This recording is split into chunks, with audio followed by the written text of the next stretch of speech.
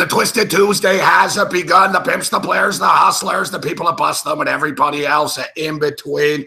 Let's do this thing. The late night anger management class. We got a lot of stuff to get to. We've got a couple of games going off the board. We got some late night basketball. We've got World Series baseball going on. We'll talk a little college football. We'll talk NFL football. And we'll talk about me nearly just punching my security condo front desk dude in the face, actually. And to be honest with you, I just went on my balcony right now, and he was just pointing up at my balcony and stuff, talking to the lady that owns my condo. So I'm hoping that she doesn't knock on my door in a couple of minutes. And that's how this all started. I was kicked back watching the World Series here, and there's a knock on my door, except it's not a knock on my door. I thought the cops were here. I thought I was getting raided by the DEA type of thing. Bang, bang, bang. I'm like, oh, fuck. Like, I know knocks, and so I hear this knock, bang, bang, bang. And I'm like, oh, fuck, that's not good. So I sort of go and I peek through the peephole. I peek through the peephole, and I see like a front desk dude and this chick there. So I open the door, and I'm kind of pissed. I'm like, yeah. And I was about to say, fuck, I'm going to punch you in the face if you ever knock my door like that again. The guy doesn't speak good English. He starts yelling at me, fuck, right out of the gate. Like, I don't even have a chance. I open the door. He starts going off about shit. I told him, hey, slow down, fuck. He starts asking me about some fucking black fucking Toyota and shit. And I'm like, I don't know what you're talking about, all right? Somebody parked a black Toyota in my parking spot, and he's freaking out about it. Now, first off, I don't know, okay? Secondly, what do you fucking care if it's my parking spot? So I guess the car got hit. It's a big fucking brouhaha and shit. So the guy starts drilling me and shit. Are you sure you don't know? And the guy gives me this look. So I fucking snapped, and I told him, I just fucking told you, no. And I said, now get the fuck out of here. And so then I called the lady that owns my condo, and it turns out it's her car. Now, I don't know what her deal is and why she parked the car sideways and it got fucking hit down there. I don't know why I get dragged into this. I'm minding my own fucking business, but I was so fucking pissed off. 10 minutes later, I fucking went downstairs to confront the guy for knocking on my door. Fuck. And I don't even know this guy. He's like the fucking dude in like another tower. I've never seen this guy. I've seen him in the building before, but I don't know him. So he was sitting at the other front desk. So I went up to the desk, fuck. And I walked right up to him, and I fucking pounded on the desk as loud as I could. Right in front of his face, fuck.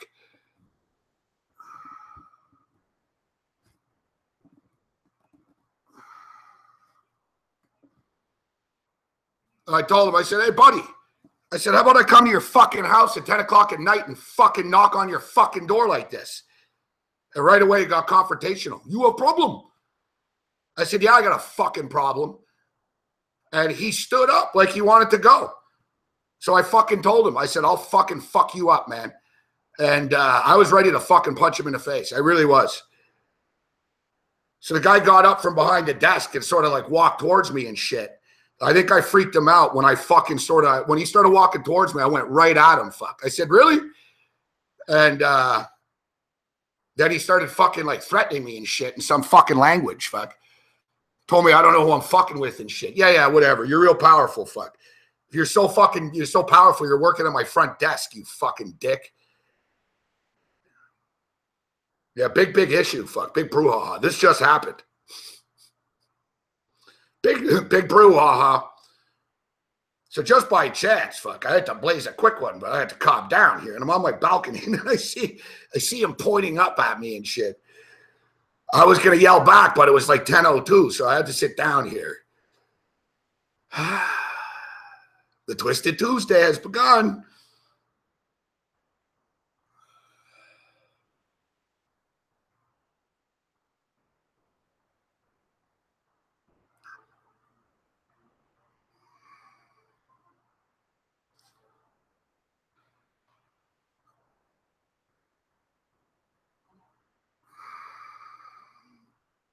Holy crap.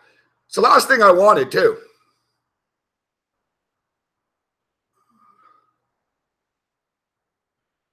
It escalated quickly.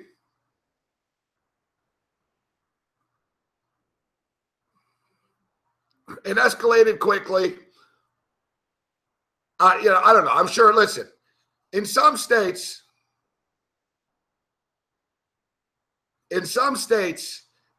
like, it would have been my right to shoot him fucking through the fucking door, all right? Not a lot of people react well to their fucking door getting pounded on at fucking 9:55 at night. I told him, you got a fucking issue, you call me, fuck. Or you fucking knock normally. And then the guy starts telling me, I didn't knock that hard. Didn't knock that hard, fuck. Not impressed. And then this is the fucking icing on the fucking cake, man. All right, so earlier in the day, there's a bunch of fuckstick millennials that live in my condo. So earlier in the day, and I was, the garbage chute is a couple of doors down from me. So these fucking kids, these stupid little twat chicks fucking shit, they all spill their garbage all the time in the hallway, and they don't pick it up. So earlier in the day when I came in, I noticed there was a pack of matches outside my door. Now, I was going to bend down and pick up the pack of matches. But I was like, I'm not touching these matches, fuck. And I was like, these fucking dumb kids. So I just left the matches there. So at the end of this exchange with the security guy, I looked down on my ground. He picked the matches up and put them on my floor inside my condo. When I saw that, I was fucking just, I ran downstairs and I fucking went up to him and I just,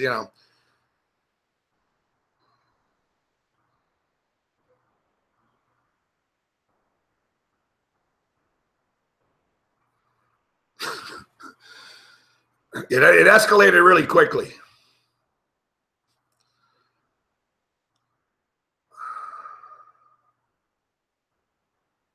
All right. I got to calm down. I'm in like full rage mode right now. The show's just started.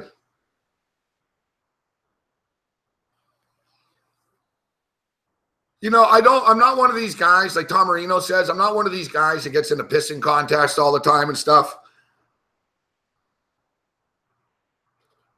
But you got to understand. First, the guy slams on my door like a cop, louder than a cop would have, okay? The cops wouldn't have been that loud. And you should have seen the look he gave me. Like, he gave me a look like I was lying to him. And then he said, are you sure? And I was like, who the fuck are you? Like, I was really about to fucking snap. Real aggressive fucking dude.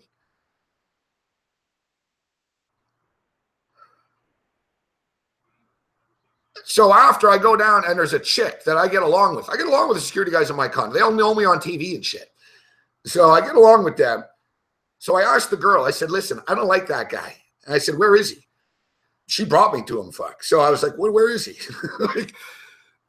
So I asked the chick, I said, what's going on? And why do you guys knock on my door? And I said, this guy just started yelling and shit. I don't even understand what just happened. So she tells me about how there's a car and, he thinks it's a stolen car. So I don't know, like this guy, he thinks like, I don't know what his deal was, but he gave me the fucking crooked eye a couple of fucking times, man.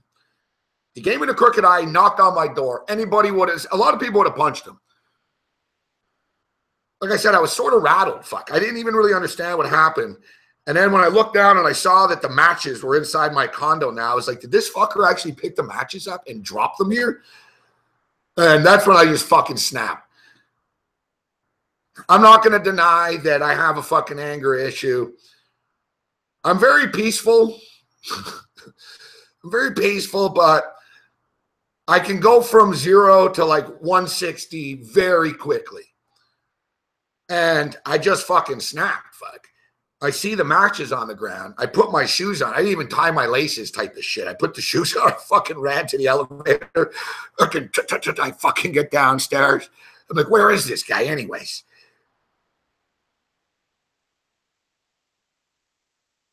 Exactly, Rich Benz. What do you say? Exactly.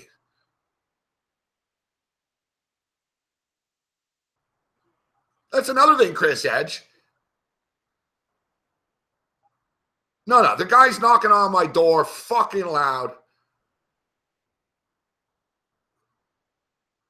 Yeah, I think Drew is right, fuck. They took my Zen garden out. They put a bunch of rocks down there, fuck.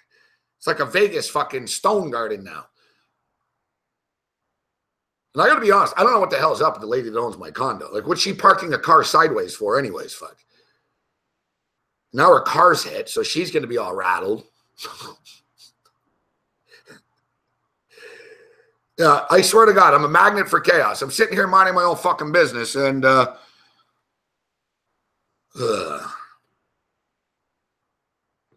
doubt he'll file a complaint against me or something because he was pretty rude. I told him I was going to file a complaint against him, but I really won't. Fuck. I'm not going to file a complaint. What's done is done now.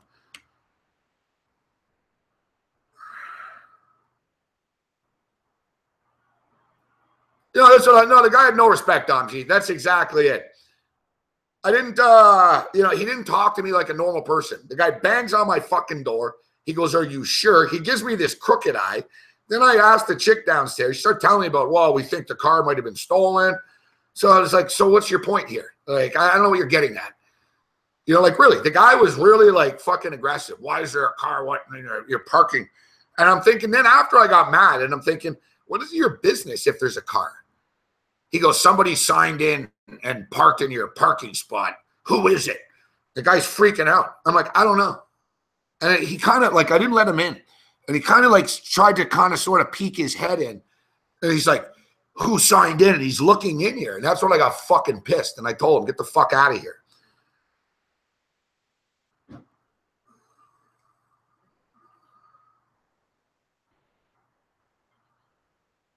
It's all about communication, Silent Night. And I swear to God, my balcony door's open right now. And somebody just very loudly, like, closed their window out there.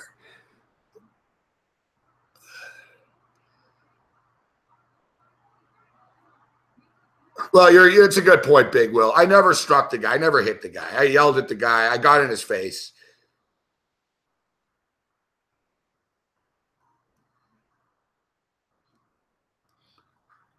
Things got pretty heated. It's funny because I saw the cops here the other day, actually, and I asked the doorman. I said, what happened? I saw the cops. And he goes, oh, there was a big fight in one of the units. I'm like, really? He goes, yeah, Saturday night. He goes, I don't know what happened. He goes, they were watching a game or something, and shit got fucking out of control. I'm like, all right.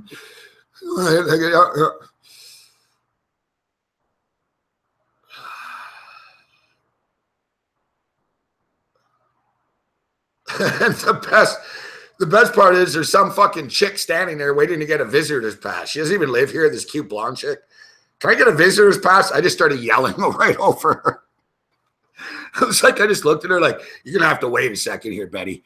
It was funny. The yelling thing went on for like 3-4 minutes. I came back and the blonde chick's friend was still waiting in the lobby here. They've been waiting for like 15 minutes throughout this whole ordeal. It was fucking amateur hour, man. Yeah, like I got to tell you that I know on my security's on it. Whatever happens in my building, I'll tell you that much. All right. So tonight's one of these nights, man.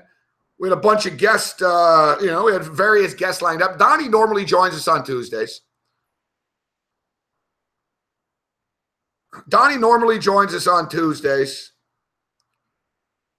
But he was with us on the TV show earlier in the day today. And I like to mix it up a little bit. And then Donnie's out with his wife this evening, enjoying a night out on the town. So we had a couple of other guests lined up or potentially that were going to join us. And for one reason or another, everybody fell through.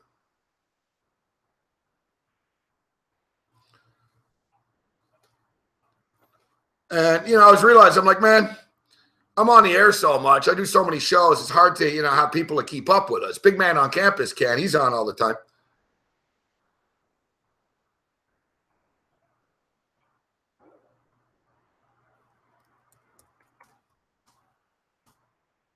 But we had Big Man on Campus on the TV show today as well.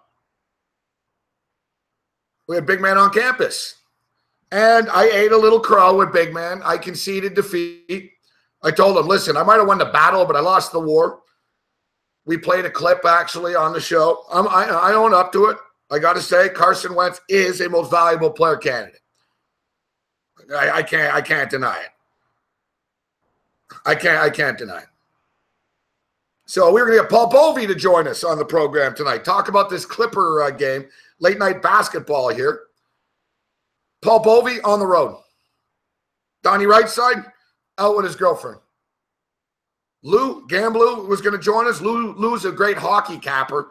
And we got the Blackhawks and we got the Blackhawks and the Golden Knights on the board. Already 2-1 in the first period right now. Lou can't do it. We go down the list. And at this point, and then my door happens, and I'm like, oh, man. I'm like, all right. Tonight, we're just going to rage old school. We'll talk about the World Series. We'll give some picks for the late games.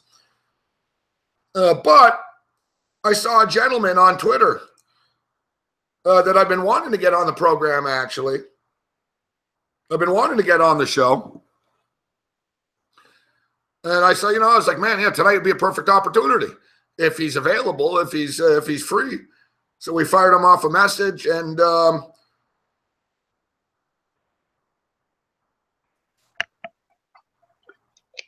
he is good to go. Yet this is his first Google Hangout experience. And we're going to have to ask him to click the video link on the top if he can hear us. Let's see. Let me send him a there it is. Click. You hear me, Gabe? Camera on. And it's not Mick Aussie, but this guy's a little bit more computer savvy than Mick is, even though, you know what, Mick's actually the king of the fucking internet, though, right? Mick is king of the internet. And we've got the king of the golf world and the biggest Supercharger fan besides Boltman. And those fuckheads in L.A. kicked Boltman out of the stadium earlier in the year, but Boltman's back, and so are the Chargers right now. Winners of 3 straight football games. The one and only Jeff Feinberg steps up right in. What's going on, Jeff? Smiling ear to ear, Gabe. Can you hear me? We can hear you loud and clear. Good to see you, buddy. How you doing? Always good to see your face. I'm rooting for your Dodgers, man. I know them, the Bills, Michigan Blue. That's what's important to you. But you teed me up with the Chargers. And 0-4, to me, that was hell. And I see a rainbow, and the team sees a light, Gabe, a light that we didn't think was possible, and it's staring us in the face right now. Yeah, I got to tell you, I don't know if I'm crazy and I'm smoking too much kush here, Jeff, but I don't think division title's out of the possibility. I think they're right back in this thing.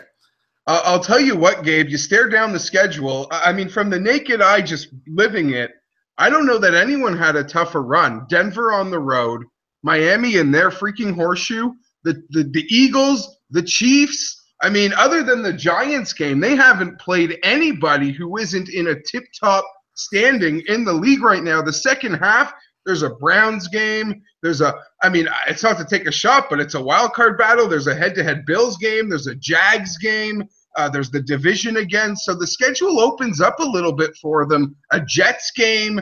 So the schedule really does open up for them. But they play the Patriots this week, and then they get a bye, and they're healthy. And I hope what you're smoking is right on.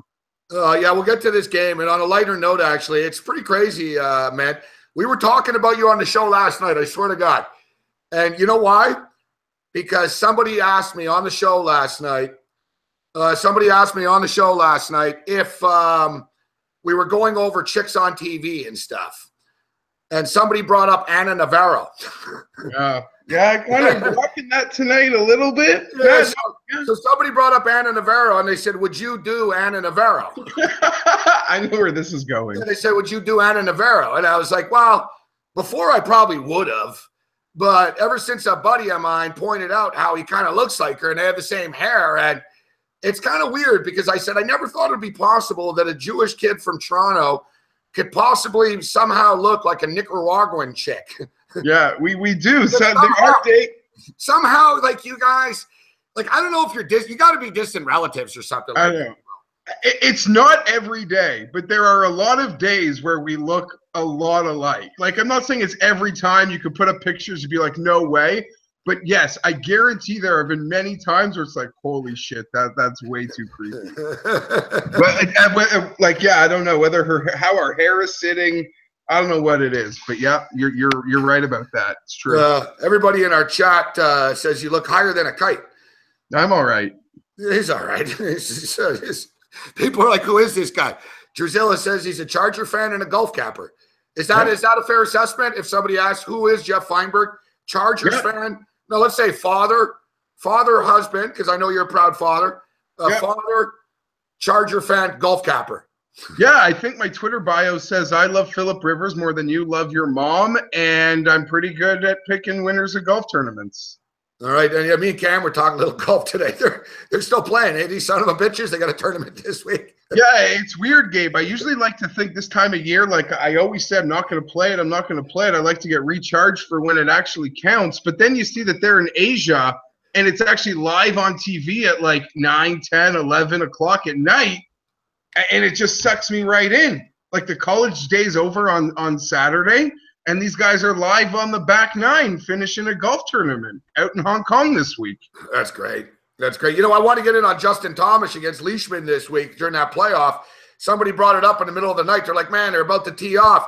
I try to fucking bet it. First shot, Leishman puts it in the fucking woods. Yeah. I can't get the fucking bet in, man. I would have won at minus 150. Fucking pissed me off. All right, so let me just get this out of the way, Jeff, here. 10:30 game, guys. NBA basketball. We've got the the Pelicans. The Pelicans and the Blazers are off and running right now. That started. It's 9-8 in that basketball game. But we got the Jazz and the Clippers. So it's a playoff rematch of last year. Of course, the Jazz eliminated them. What's his name? The Televosic kid, whatever the fuck guy's name is out. So Austin Rivers is starting tonight for the Clippers. Utah's looked pretty good this year. Utah's held everybody to like under 100 points and all that type of crap. But I actually think the Clippers, it's going to be a fun battle tonight with Favors and Gobert versus DeAndre Jordan and Blake Griffin. I've got to lean with the Clippers. -5. I'm not, it's kind of tough. And I know that the Jazz have been playing good defense and shit, but 195 is pretty low for an NBA game in today's day and age. So I'm going to go a little piece. Let's go Clippers -5 over 195.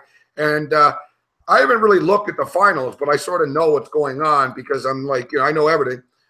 I think we've had a pretty good night so far, actually, this evening. Let's just do a quick check. We told you guys that the Brooklyn Nets play the fastest tempo. These guys fucking go way over the number. They played this team. They played the Magic the other night. They put 247 on the board. Tonight the total was 228.5, 229. They did it again. Final score, 125, 121. So they put 247 up the other day. They put 246 up today. We gave you the winner there with that NHL hockey. We loaded up on the NHL tonight. Bet more than we normally do. Not units, but we bet more games. We took the Pittsburgh Penguins. That's a winner. We took the Tampa Bay Lightning. That's a winner. And we gave you the Montreal Canadiens, who win 5-1. So in other words, we're 4-0, motherfuckers. And we got the Los Angeles Dodgers riding right now. So let's keep this rolling tonight. How's the betting been going for you, Jeff? I got to be honest with you. NFL was fucking putrid for me over the weekend. Yeah, me too. I've been literally lollygagging. I think on my documented picks was like 16 and 16. Sunday morning, I'm like, all right, today something's got to break. Well, it broke in the wrong way. 2 and 6. It was really. You ever get those feelings too on Sunday where you like your picks, you really feel like it's going to be a nice day, and then you're just sitting there 9 hours later thinking, what the fuck just happened? Fuck. Yeah. And my day, everything could have been different. I think we were in a similar spot because I saw your rage video. The Bengals, I was hitting everything on a big teaser I play, like 7 legs. And so did you think the same thing? It's like, all right, I like the Bengals in this game, but I'm not going to take the 4.5. But I'm getting double digits on a teaser. They're going to, it's one of those deals. I lost a teaser too, dude. And I'm thinking, for the love of God, I swear to God, dude, if I had a 20.5 point teaser, Dalton will fuck us and lose by 21.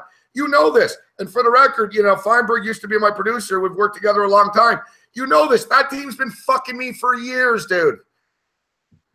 We should have learned I should have learned my lesson. But like you, the double-digit points on the teaser. You look at their history of final scores, and then you consider, okay, there's a bit of regression maybe in Roethlisberger. So there's even, there's no reason the Bengals can't keep this thing inside double digits. And I don't know. It wasn't even tied at halftime. That really flipped my week in a bad way. Like I had to restock to put money on Kershaw today. Yeah, I had to do the walk of shame to the fucking Shoppers Drug Mart to buy a PaySafe card yesterday. Yeah. I had to bite the bullet because I knew I wanted to be in on Clayton and the Dodgers. The walk of shame. I hate it. I'm tired of it. I don't know if you heard my rant off top. I was talking about security. I think they essentially accused me of stealing a car somehow. But I go into buy PaySafe cards off, and I go into the same post office. I get the same guy all the time, and it's not an official post office in the pharmacy type of thing post office. Yeah. So buying the cards, and the guy's sort of under his breath. I'm like, yeah, give me $750 in PaySafe cards. And he's like, yeah. He kind of mutters like, I don't know what kind of hustle you got going on here, buddy, but yeah, 1 second. I'm like, what do you mean what kind of hustle do I have going on here? Like, what do I look like? Do I look like fucking Huggy Bear from Starsky and Hutch? But like it's 700. What kind of hustle? Like I'm going into a post office. I'm a grown man paying cash for some PaySafe cards. But it's also $750. It's a lot of money. Don't get me wrong. But it's not like you're walking in there wanting $10K or something worth of PaySafe cards. Yeah, I know. That's a lot of money. Grandmas buy them for their grandkids. Little freaking gifts. Yeah, guy gives it to me. I don't know what you got going. Here you go, buddy. What you got going on here? Yeah. I got a big scam going on by giving you $750, and I'm somehow turning it into $7,000. I swear to God, today's society, I know, man. Look, can I go into a bank? I asked them for $3,000. You're like, well, that's a lot of money. Yeah. I'm like, you're going to have to, we don't know. I was like, are you kidding me? I was like, your definition of a lot of money and my definition must be two different things. Fucking bank, $3,000, a lot of money. Fuck yeah. Yeah. Fucking bullshit. All right. So let me open up this golf here. So what is this? It's actually, to be honest, Gabe, it's a world golf championship. It's what us golf degenerates like to call the fall major. This is no, dude, I swear to God, when Cam brought it up today, golf, he sort of assumed that it was sort of the scrubs that are just trying to make a buck because there's a tournament still going on. I'm looking at Dustin Johnson, Matsuyama, Jason Day, Rahm. They're all there. So this is sort of like the big, sort of like the Dubai one, right? Where it's a big tournament and all the big guys go because there's big money, right? It's a World Golf Champion event, so you have to have a certain world ranking to even be able to qualify. I know because they get a lot of no's this time of year that they kind of send, there's a few more invitations out there. But like I joked, there are some real scrub events in the swing season. But this, as the degenerates we call it the major of the fall because, as you see, this is where some guys have decided to show up. And John Rahm sort of has my attention as someone who might peak here when looking at the elite players. Yeah, John Rahm checks in at 18-1. Dustin Johnson plus 800. Matsuyama's 10-1. Jason Day's 18-1. John Rahm is 18-1. Rose 18-1. So you got your eye on John Rahm. Who else you taking a look at? Well, I'll say this. It can be interesting because you have a player like a Dustin Johnson who no doubt is the class of the field, Gabe, and he won here a few years ago, but how do I put this? Dustin Johnson, he'll acknowledge he hasn't really been doing much since, the end of the President's Cup. He's sort of been relaxing on vacation. He goes here. It's a big paycheck. So it's hard to know what to expect from certain guys. No doubt they could catch lightning in a bottle. But going farther down the board, a guy that continues to post out in Europe, Tommy Fleetwood, has my attention this week. And even if we want to go a little longer in that 90, 100 to 1 range, Peter Uihlein is a player that I am looking at. What about Matsuyama, defending champion? Yes. I was going to say, of the top guys, he would be my favorite player. He is the defending champion. I even put it out there earlier that, even parlaying him with the Dodgers tonight to juice that number up a little right now. wouldn't be a bad idea, but he's in that 10 to 12 to 1 range. He's the defending champ, and he hasn't put the clubs down. He's been playing a bit over in Malaysia and what have you. So of the top players, definitely my favorite pick would be defending champ Hideki Matsuyama, but a little down the board, having missed the cut last week in Spain in his home country, I think John Rahm, he's personally my favorite pick to lift a trophy. How about this guy for a dark horse? I see he's red hot on the European tour, Ty Hatton. Oh, he has just been absolutely slaying it. He's far so. Listen, he might not win, but would you suggest if we can get some matchups, head-to-head matchups, because no one's really talking about Ty Hatton because no one talks about the European tour, but he's won the last 2 events on the Euro tour. Yeah, won his last 2 events in over in Scotland, and I think a 2nd or 3rd place in the one previous to that. He's been absolutely scorching in a price range with some elite players. I don't know. At some point, he could start to cool. I'll be kicking myself if he wins this week because it seems so obvious. He is on fire, but he does not have my money. Yeah, you know what? I was hoping for a little bit more value. I'm looking at top 20 right now. Ty Hatton, it's only minus 120. Yeah, that's that doesn't shock me. That doesn't shock me one bit. Yeah, Ty Hatton's hot right now. Henrik Stenson. It's his first start of the year. Do you like that? You prefer guys that have been playing or guys that are coming in cold into this tournament? Yeah, no, at least for the outright pick, it's guys that sort of haven't been haven't put the clubs down just yet. Stenson, again, a lot of these guys, it's a World Golf Championship event, Gabe. There's no cut. It's easy to show up because they'll play 4 days and they'll get a pretty big paycheck regardless. I'm not one to pick on Stenson, but I'm not looking at that just yet. I would say, though, a lot of people are hyping Phil this week to finally get off the mat and find a way to win. Phil's been talking a big game. He's pretty much said it is imminent, him returning to the winner's circle in professional golf. It's been a long time. That Open Championship a few years ago, he's got a big drought. His game is trending in the right direction, and he's talking very cocky. He wants what? He wants one last blaze of glory, huh? You think he has it in him? Do you think he'll win a major ever again? I'm going to go out on a limb and say he will not. But I think he's intended to have another very competitive year and find himself on next fall's USA Ryder Cup team over in Paris. Do you agree? I remember last year we had Tim Anderson on the other night too. And gotta love Tim Anderson. Anderson actually looked into the camera. And it's funny because all the times we have Tim on over the years, so many times it's just been that goofy picture that we used to have, right? With the the hair and stuff. It threw me off. Like Tim, I told him too. I said, Tim, you actually look cooler than you sound. like if he had a Notre Dame hat on, like he didn't look like the nerd that sort of, he's portrayed to be. Into the camera and proclaimed that Notre Dame football always gets screwed by the refs. He's like, he played the victim card with Notre Dame. Yeah, no, they just, I get the only way Notre Dame's a victim is they're a victim of themselves and the schedule that they make themselves play. Well, they're a playoff caliber team. They're a great team this year. If they run the table, there's no way in hell you can't let them in. 1 out in the 9th inning. What a fast baseball game, but we'll get to that. But yeah, why bring this up? Because with Anderson, I remember last year, and I sort of agreed with him too. Remember when Phil was getting the Mr. Father of the Year award for the for going to the graduation instead of the tournament. And I remember Tim said, big deal. He knows he's got no hope in hell of winning that fucking tournament. I think you said the same thing too, didn't you? I was so he knew that course was too long for me, was it? You know what I mean?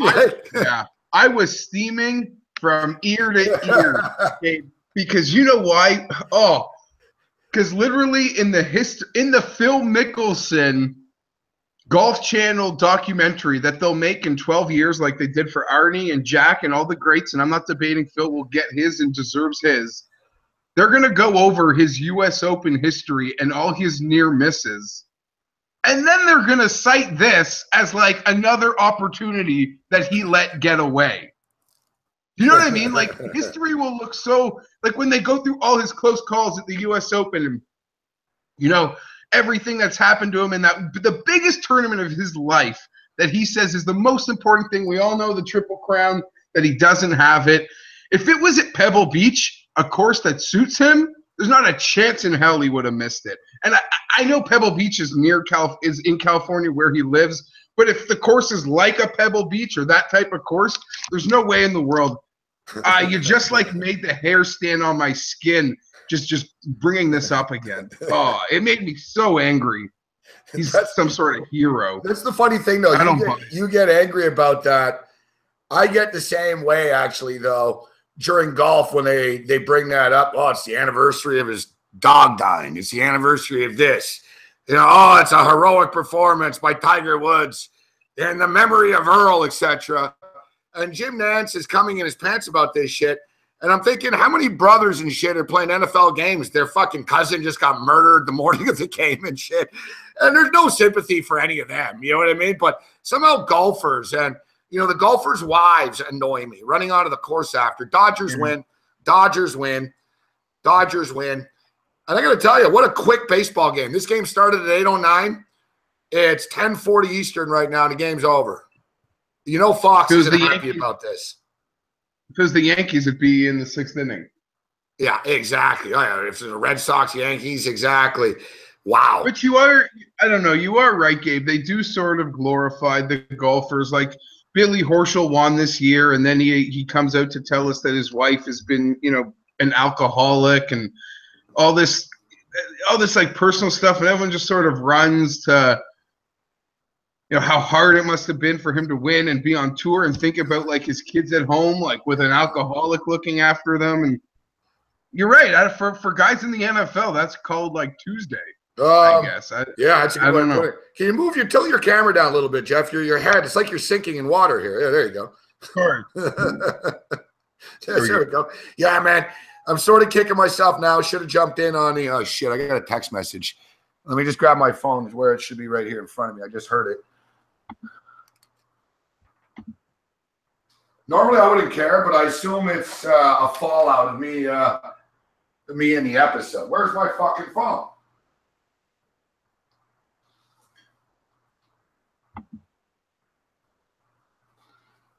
And the craziest part about this story is, too, I text the lady that owns the place, and I tell her, I said, do you know anything about a car in a parking spot? And she's like, I have no idea.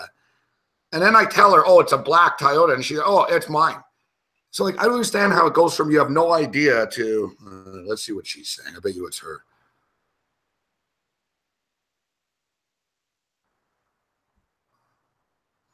No, it wasn't her. A little bit surprised.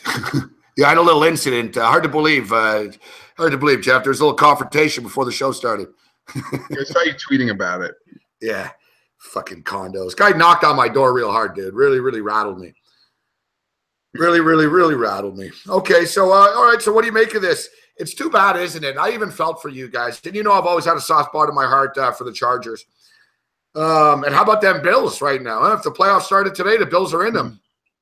I'm loving what the Bills are about, and the new coach and everything, man. They win, and their red zone defense and offense has really been a big difference for them. I didn't realize this. My memory, if I would tell you right now that the Bills were 4-2 last year, would you believe me? I wouldn't. I'd be like, really? They were 4-2? Because I saw today. They hired Rex Ryan last year, and wasn't Anthony Lynn the coach last year? Yeah, but they won a few games early. Fuck. So they were 4-2 last year. It was amazing. There's a stat. You look back, they've been 4-2 a couple of times, but it's different this time. It really is. I swear to God, guys, the Buffalo Bills lose that game against the Tampa Bay Buccaneers 9 times out of the last 10 years after the Bucs take the lead late, Jeff. You know, Buffalo blows it. Tampa comes all the way back, actually takes a 7-point lead. Buffalo needs a touchdown just to tie the game with 3 or 4 minutes left. There's no way in hell they're doing that. Tyrod Taylor went down the field in like 30 seconds. It was ding, ding, ding, ding, touchdown. You know, kick off, get the football back, kick the field goal, win game. Like Sean McDermott's the real deal. They really are a good football team right now. You know, they lack skill on offense. It's a major problem for them. I'm not sitting here saying the Buffalo Bills are winning the Super Bowl, but they're alive and kicking as far as the playoffs are concerned. That's a fact. Yeah, and there's no doubt about, like, even when you look back at the Watkins trade and the culture, just what that does, maybe it gave them the step back, like you said, in the skill set, but they're not 4-2 because the culture might not have been able to switch like it has under McDermott.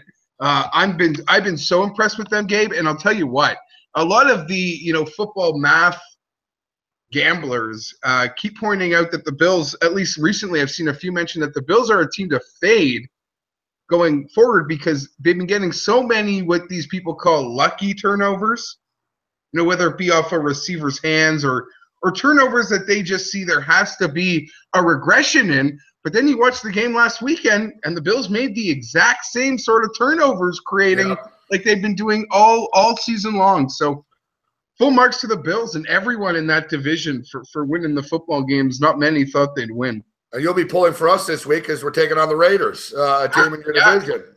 Absolutely. Absolutely. Bills I will. minus 2.5 in this football game. Raiders won. They beat the Chiefs last week. It was a late comeback. They battled. They didn't really play well, but they ended up winning the game. They did. They dug down deep. You got to give them credit for that. But Bills minus 2.5, not getting a lot of respect for a team that hasn't lost at home yet. Early start. Derek Carr's not 100%. We know that. I think the Bills' defense can cause the Raiders some problems here. Yeah, I will say Carr definitely looked a lot healthier in that game against the Chiefs than he did the week previous against the Chargers, where they really didn't try to throw the ball deep at all. And maybe that's because they didn't have time against the Charger pass rush, or Carr wasn't comfortable in doing so. But yeah, that is a bit of a disrespectful line. But again, I don't know whether people now have life in the Raiders. Let's remember, this is the team that Vegas has the most Super Bowl or to win Super Bowl bets on out of anybody. People might still believe in them. I think this is a really flawed team, and they won't even have Marshawn Lynch this weekend unless I don't know if that's a negative, though, to be honest with you. I really don't know what he's bringing to the table at this point. Yeah, no, I know you've been very vocal about what he's bringing. And I'll tell you what, in that game versus the Chargers just a couple weeks ago, I thought he was a liability in a lot of situations. An easy pass for a first down, like 85% of the backs in this league would catch, goes right off his hands into an interception in the red zone. Yep. It is if you can't catch the ball now, it seems like you don't belong on the football field. Yeah, I don't really know what the point of having him on the team is. I don't. Like, he's not a positive influence on young guys. He doesn't really have that much left in the tank. What is he averaging? 3.6, 3.7 yards. A lot of drops out of the backfield. And I think pretty much just a lethargic attitude. I brought this up before to people. What do you think? Like, imagine on a typical practice day, and they're just sort of sitting around in between plays or whatever, or hanging out.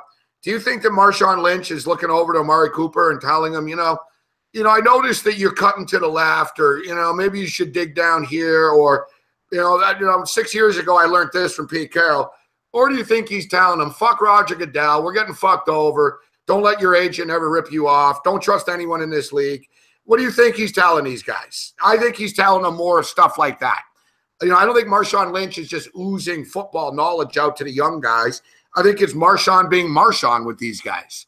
Yeah, no, I would definitely agree with you. And I think they've got a big problem there, because you think Marshawn brings apathy to the table? If the second half of the season, if they can't turn this into a couple wins and they start to go the other way, it's easy for people to, locally to have really been onto this team because they thought they might win the Super Bowl and forget that they're leaving in a couple years. But they start losing there, apathy will set in quick. Oh, yeah. That's just how it works. Well, it could be lame duck. You're right. It's funny, too. I did a Raiders preview this year, did a team-by-team preview, and we got a lot of hits, from each fan base and stuff like that. And Raider fans fucking hated me. You figured they'd like me. I like the Raiders, too. But Raider fans didn't like me. You know why they didn't like me, Jeff? Because I said everyone in Vegas, and Malinsky brought this up, people in Las Vegas are walking around like they think they're getting a Super Bowl team. What, the NFL, dude. 3-4 years from now is an eternity, dude. the Raiders aren't going to be a Super Bowl contender by the time they get to Vegas. They are the Super Bowl contender now. You know what I'm saying? It's now. And now it's falling apart on them. So I said the window's actually closing for the Raiders, and people freaked out. They're going to be Super Bowl champs in Vegas and all this shit, maybe, but it ain't going to be the same fucking team. You know, Derek Carr's already hurt. How's he going to be in 3 fucking years from now? Marshawn Lynch, Marshawn Lynch could be in jail 3 years from now for all we fucking know. Yeah, no. You go down the fucking list. Amari Cooper, Amari Cooper could be playing, put it this way. Now, Amari Cooper's contract is up. Are you giving him a big max term deal after this? No. You're absolutely some other right. team, other team will. He won't even be there. I mean, you're right. I mean, to the fans' point, they just see, Carr and Cooper and Mack and think they have a lot of great keepers. But, 3 years ago, J.J. Watt was the best defensive player on the planet. 3 years later, he can't last 4 games. Exactly. And that's not a knock on J.J. Watt, but it just shows you, holy crap. I don't know how long good these guys are going to be as good as they are for. That's what makes Tom Brady so amazing, doesn't it? It's so fucking annoying. So I kind of feel for you guys that you're on this 3-game win streak and a fucking course. And I was all excited, actually. I was like, "Ooh, let's see what the Chargers. What's up next?" Yeah. I'm like, "Oh, damn." Yeah. I was like, fuck." Now, the Patriots aren't invincible. And 6 consecutive quarterbacks threw for 300 or more yards against this team leading up to that Atlanta game, which was, just bizarro world. How do you think your Chargers fare, and do you like them plus the 7 points? Okay, I'll start by saying I absolutely love the 7 points for a couple reasons. There's no doubt in my mind, Gabe, the Chargers bring the better defense into this game, and I think it's a lot of numbers because Phillip is a king of a backdoor. 13-4 all time as an underdog of 6.5 or more ATS. 23-9 ATS as a road underdog of 3.5 or more. I think the offense. The Bosa Ingram pass rush is not a joke. I think the Chargers have the elements to keep this game close. I'll say this. The Patriots, I don't know, they let the Bucs let them off the hook a couple weeks ago with those field goals. The refs and the Jets let them off the hook 2 weeks ago. They definitely showed up and embarrassed the Falcons. That's the most embarrassing revenge game I've ever seen. But I guess that happens because we saw Denver do it to Carolina a couple years ago. Maybe the Super Bowl revenge game is turning out to be a horrible spot for the team that lost it. But I don't know. The Patriots seem vulnerable. There's a lot of people out there. I'm not one of them that think Brady that they can see, so they think that Brady is worse than he's been or slower. I mean, he's 40. That's natural. If anyone's going to push him off his spot, it is this pass rush right now. That's a good point. You need a good pass rush to get to Brady. You need to jar him and hit him. You have to. Brady gets taken out of his element. And I swear, I've seen signs of regression in Brady and the Patriots for 2 years. But Belichick's a master, dude. So it's almost like if it's like a boat, and it's like, all right, we got a real slow leak, not a big leak, you know what I mean? But a boating expert, will say, yeah, we got a little leak over there. But Belichick's the fucking master of plugging that leak right away and plugging that up, and then another one will crack somewhere else, and he'll pop that one. I swear, 2 years ago, Tom Brady fucking looked old in that game against the Denver Broncos when the Broncos went to the Super Bowl. Yeah. In the conference championship game. Yeah. Remember, he couldn't score in the red zone. He was throwing balls away. He was slow. He looked old. And it was like, Manning, you look old. Brady doesn't look that much younger than you right now suddenly. But he came back again. He always just finds a way. It's like he's goes away to fucking the Dominican and gets another shot of an 8-year-old's blood or something.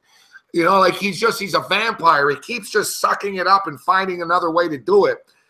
I keep waiting for that bubble to burst, and it's not happening. I think there's another 2 years of Brady's fucking reign of terror here. This year, next year, and then maybe the year after that, just finally a fucking drop-off. But with that being stated, he's not invincible, and he doesn't like young, aggressive players that can get in his face. Like Clowney last year. Remember? Clowney was quick. He was getting there. He wasn't giving him the deference of, you're Tom Brady. Clowney was nailing him and not helping him up after and shit, sort of talking shit to him. That's what you got to do. Bosa's got to terrorize him, and I think he can. Like you said, that Ingram Bosa, it's fucking hard to stop those two guys coming at you, man. It is hard. With Gus Bradley, things have finally started to click the last few weeks. I'm not going to lie, Gabe. The first few weeks, I was fuming. They were being aggressive. They were getting burned. It wasn't working. But something is, I mean, the tackling's improved, but something has happened, and these two guys are lights out, and they move around. There's going to be plays where they're on the same side, and Brady's not going to have a clue what to do. Now, Brady's a smart guy. If it's first down, he'll just throw it in the dirt and say, I got second and third, and I'll find a way to beat you with another play call. Melvin Ingram, he is everything you just mentioned that Tom Brady hates. And I'll be honest, the Chargers had no choice but to give him a big contract this offseason. You see what pass rushers get. I was so nervous because we've talked in the office before, Gabe, about, and I don't want people to turn this into something that I'm not trying to say. But you get some of these guys that literally come from nothing, less than nothing, South Carolina, less than nothing, and you get that huge contract. I was so worried he was going to just say, I'm paid, like I'm life, everything is set. He has his own rap thing on the side, which kind of bothered me, but when he does what he does, it doesn't bother me one bit. But it's amazing. He's having a career year after we paid him. I am so impressed. I'm so impressed. Yeah, you're right. That's, look at Marcel Darius, right? I brought that up. Yeah, you worry some of those guys. I brought it up in the past. I've said it. SEC guys, LSU, Alabama, Ole Miss. How many Ole Miss busts are there in the NFL, dude? There's a shitload of them because they, like you said, I've been to Baton Rouge, man. I saw the guys are living on cinder blocks and shit. Houses. Being in the NFL is all that's keeping that roster spot. When you're a kid in the play in front of their yard, they're not catching passes and thinking in their head, for the Super Bowl. Remember you're a kid, it's Game 7 of the Stanley Cup, and they don't have that vision in their head. I've told you this before, dude. The vision is the suit, shaking Goodell's hand, first round draft pick. You know what I mean? That's the goal. Fuck. That's the making contracts. They made Be in the league, long enough. 3-4 contracts. Keep my spot. Yep. Yeah, no, you're exactly right. And in the NBA, it's the same thing. A lot of kids, Calipari brought that up because there's been a few Kentucky busts, and he goes, everyone says this kid's a bust, and he goes, he's a 24-year-old kid that has $48 million. He sounds like a successful man to me, right? Like Anthony Bennett, good example. Anthony Bennett's name. Wow, what a bum, right? Well, what a bum. That guy's what a buzz. What a bum. Yeah, what a bum. Fuck. Anthony Bennett, how old is he now? 27? Yeah, how much money does he have? Fuck. I don't know, about $60 million. But he's a real bust, real failure in life. And Gabe, I don't want to get off this too far from this game, but I believe there's the better defense. I believe you cannot deny that whether you think whether you still think the Patriots are good, you can't deny that there's a natural overrated aspect to them, especially after doing what they did last week versus Atlanta. Yep. And then you get a team like the Chargers who getting our ass kicked isn't part of our MO. We embarrass ourselves in a lot of ways, but rarely is it an ass kicking. I expect this game to be close. Part of me kind of really expects Belichick to sort of outcoach us in the end, and we'll shoot ourselves in the foot, whether a penalty or a missed kick in typical Charger fashion. But Phillip has a knack for keeping games close. He can find a back door, especially there's some websites offering 7.5. I think by the time, it's Tuesday, right? Yeah, by the time people start making their bets, I think a lot of people are going to be on the side of the Chargers here. It's unbelievable. The Jacksonville Jaguars. So Ingram and Bosa, 16 combined sacks, half point behind what they're doing in Jacksonville right now. Jacksonville's on pace to set an NFL record for the most sacks ever. But people don't talk about it because you think of the Chargers, they talk about the crowd or Phillip Rivers, and over the years, our loser luck, right? Yeah, the loser luck. There's all Spanos doing something stupid, and also the jerseys are cool, but what's the image, right? That powder blue looks good, but it leads to they're soft. You know what I mean? It's the image. It is. You think UCLA? They're kind of soft, and You know, over the years, San Diego, they couldn't stop the run ever and shit. They, you know, when push comes to shove, they couldn't dig down and beat you. Now, you can put these guys in fucking pink polka dot shit that Sheriff Joe Arpaio makes those guys wear, and it don't matter. Ingram and Bosa, you guys are winning the battles in the fucking trenches and shit. Hey, Gabe, they're tough. That's the thing, you know? And I'll tell you this. Obviously, Bosa had his holdout, and that sort of created a bit of a target for him. But since he walked in that door, he's done nothing but produce on the field and keep his mouth shut off it. After the game on Sunday, he put out a quote that the San Diego and LA, or the people in LA that care, the few, that said, we work harder than everybody, and there's not a chance I could say that last year. And to me, with Mike McCoy, the Denver, it's interesting, yeah, right down the hall, he was speaking directly to last year and the coaching staff. And this Anthony Lynn, I don't know what he is. We started the first month 0-4. We're now 3-0. I love that he kept the group together and caring about each other. But obviously, who knows how good or bad he is. I got to be honest. I was throwing Lynn under the bus earlier in the year, saying the guy's a fucking running back coach. He got promoted too quickly. He's in over his head. How is he going to handle this? But what it is, it sounds whatever. You can tell the players like him, right? The players like him. Like you said, he's been in the league forever. He's humble. He works. He has that lunch pail mentality. Let's just, you know, do what we do.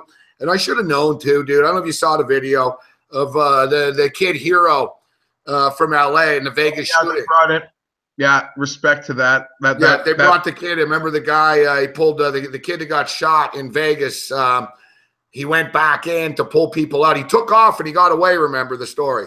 The kid was at the show. He got away. He was safe. And he said he was hearing, like, chicks screaming and shit. And he goes, man, I got to go back. And he actually went back. And he went back in literally to the fucking shit. Started pulling people out that were shot and shit. And he got shot in the neck. And then a cop from San Diego, an off-duty cop at the show, saved him. So, like, all these people risking their lives for strangers. Crazy shit, eh, Jeff? Like, you know, I got to admit, I don't know what I would do in that spot, but there's a good chance that I would have been running down the strip and not looking back, dude. I'll tell you that much. Like, you know? So they brought this kid into the Chargers practice. And, you know, when you see that stuff, you know, like that's humbling.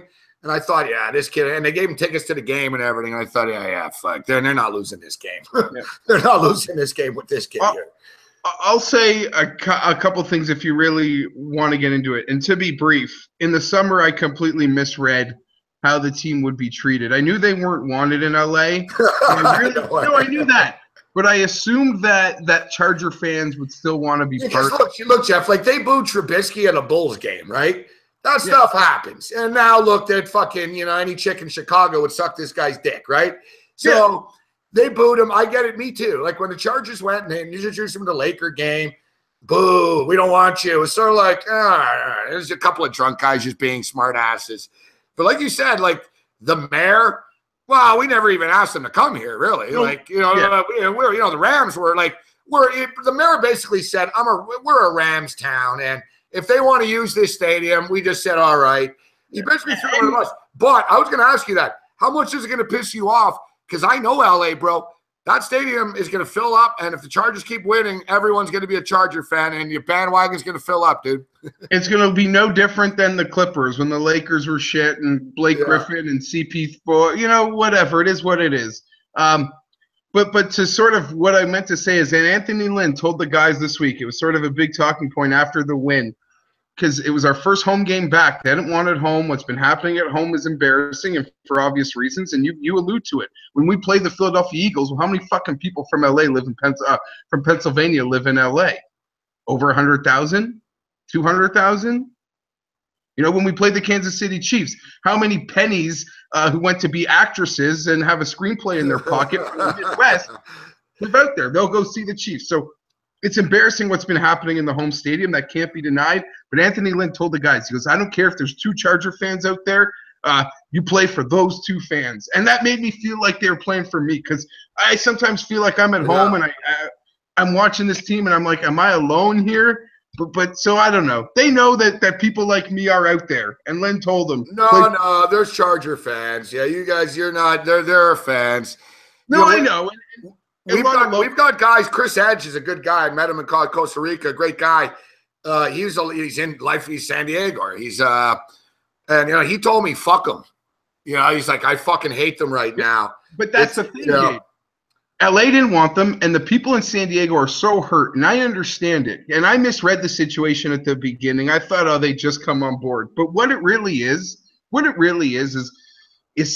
say we'll call LA and San Diego brothers. And LA is the sexy brother that got all the chicks. And San Diego, like, I don't know, he got a couple girls, but San Diego finally got a girl, and she's wholesome. And they get married, and San Diego and his girl gets divorced. And LA breaks up with his model to go spend 5 minutes over Christmas, sleeping with your ex-wife. Hey, like, it'd be like if your brother dated your ex-wife, your cooler brother that got so many girls. Like, you don't need us. Well, you know what it is? I think there's a big element. It's almost like Buffalo and Toronto. If the Bills would have moved to Toronto, all those nut jobs in the parking lot, they're not Bills fans anymore, dude. You know what I mean? And you're right. I underestimated the hatred for LA, actually. And like I said, I'd be interested in Chris Edge, and I know we got a couple other guys, and Johnny Kicknuts is from LA.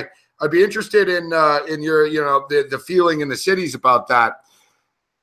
But I agree, too. I thought that there would sort of be some Charger fans that are hardcore, sort of like I was with the Nationals. I'm like, fuck the Nationals. It's not the same team anymore. But you guys are the same team. It's the same name. It's the same players. And, I mean, like you said, I know this is insulting to San Diego, but San Diego is essentially a fucking suburb of LA, right? Yeah. It's like Mississauga, it's not far, but I think it was more the hurtness of it and the fuck LA of it, and I think the Spanos nature of it. Well, and there's many levels to it because they have to pay the league over like around $500 million in a relocation fee. And the fans are just like, if you ever gave the city of San Diego $500 million, the city would have popped the other $350 and there'd have been a football stadium. Yeah. So you just spent this money that other owners get to go play in someone else's stadium. Well, if you just spent the relocation money, and if you said, we'll pay, not even all of that, the city would have taken like less than even had to pay to move. But I don't know, it's California. The Raiders are moving. Gronky can afford to build his own thing. And hey, the Rams, there's two football teams with a combined 8-6 record in LA. They got the Dodgers going, so no one gives a shit. But hey, maybe after the afterglow of the World Series, there's some good football happening in LA. It'll pick up. And, I wouldn't take it personal as well that, they don't like the Chargers. Dude, I lived in L.A. when Bo Jackson was on the Raiders. They used to get 42,000 people a game, all right? But this is the problem. It's not that they don't – it's just like we don't have a home – we're never going to play a home game again. That's we play neutral site home games. That's weird. You know what you're going to have to do, actually. And you said it like watching the first one. You're like, it's a crying shame that Rivers and Gates have to finish their career in a soccer stadium in front of visiting fans. It's a whole. I know. You know what? You know what's going to come into play here? Your boy Phil isn't going to be around forever. You draft a Josh Rosen or a Sam Darnold, put him on the bench until they're going to have to think like this, though. You've got local stars. You want to chip in. You want to build a little bit of a fan base in Los Angeles. How do you do it? Yeah. Best way of doing it is by getting a UCLA Bruin or a USC Trojan. Yeah, and like any team, I guess the pressure of, God forbid, passing on like a very good Trojan or Bruin and then him having go a couple picks behind you being I'm telling you, it'd be nice to have a Sam Darnold learn behind Phillip Rivers for a year or two. He's not ready to be an NFL quarterback. If we were talking this 3 weeks ago, I would have said I love what you're saying. But they won 3 games in a row, and you have all these teams at the top, the Browns and the 49ers. Maybe they signed Cousins, but I don't see these quarterbacks escaping the very top of the draft. You are absolutely right. Time has passed for the Chargers to take a second, third round something. I thought a couple of years ago, we both thought they were really going to jump on Hundley. I don't care to debate what we think of him now, but for years, I thought the Chargers would be using one of these draft picks. Yeah. They haven't drafted a quarterback, not just the first round, second, third, fourth, never since Phillip Rivers have they even wasted anything but like a Brad Sorensen 7th round Ryan Lindley, I think, or no, yeah, that's really all they've ever done is had camp body 7th-round guys. So at some point, they got to address it big time. It's too bad San Diego State shit the bed, too. They had an opportunity to really take that city over. You know, they did a big win against Stanford. They're on a roll, undefeated, and just unable to get up off the mat. All right, so before we get you out of here, anything else in the NFL this week? How about the Falcons are up to 4.5 right now against the Jets. Vikings are now 9.5 against the Browns. Panthers and Bucks. The loser bowl, fucking Bucks are -2. Bears at Saints. You know, Trubisky winning. You know, Carolina loses last week to a team that completed 4 damn passes. You know, if the Saints score early, the Bears are in a lot of trouble keeping up in that game.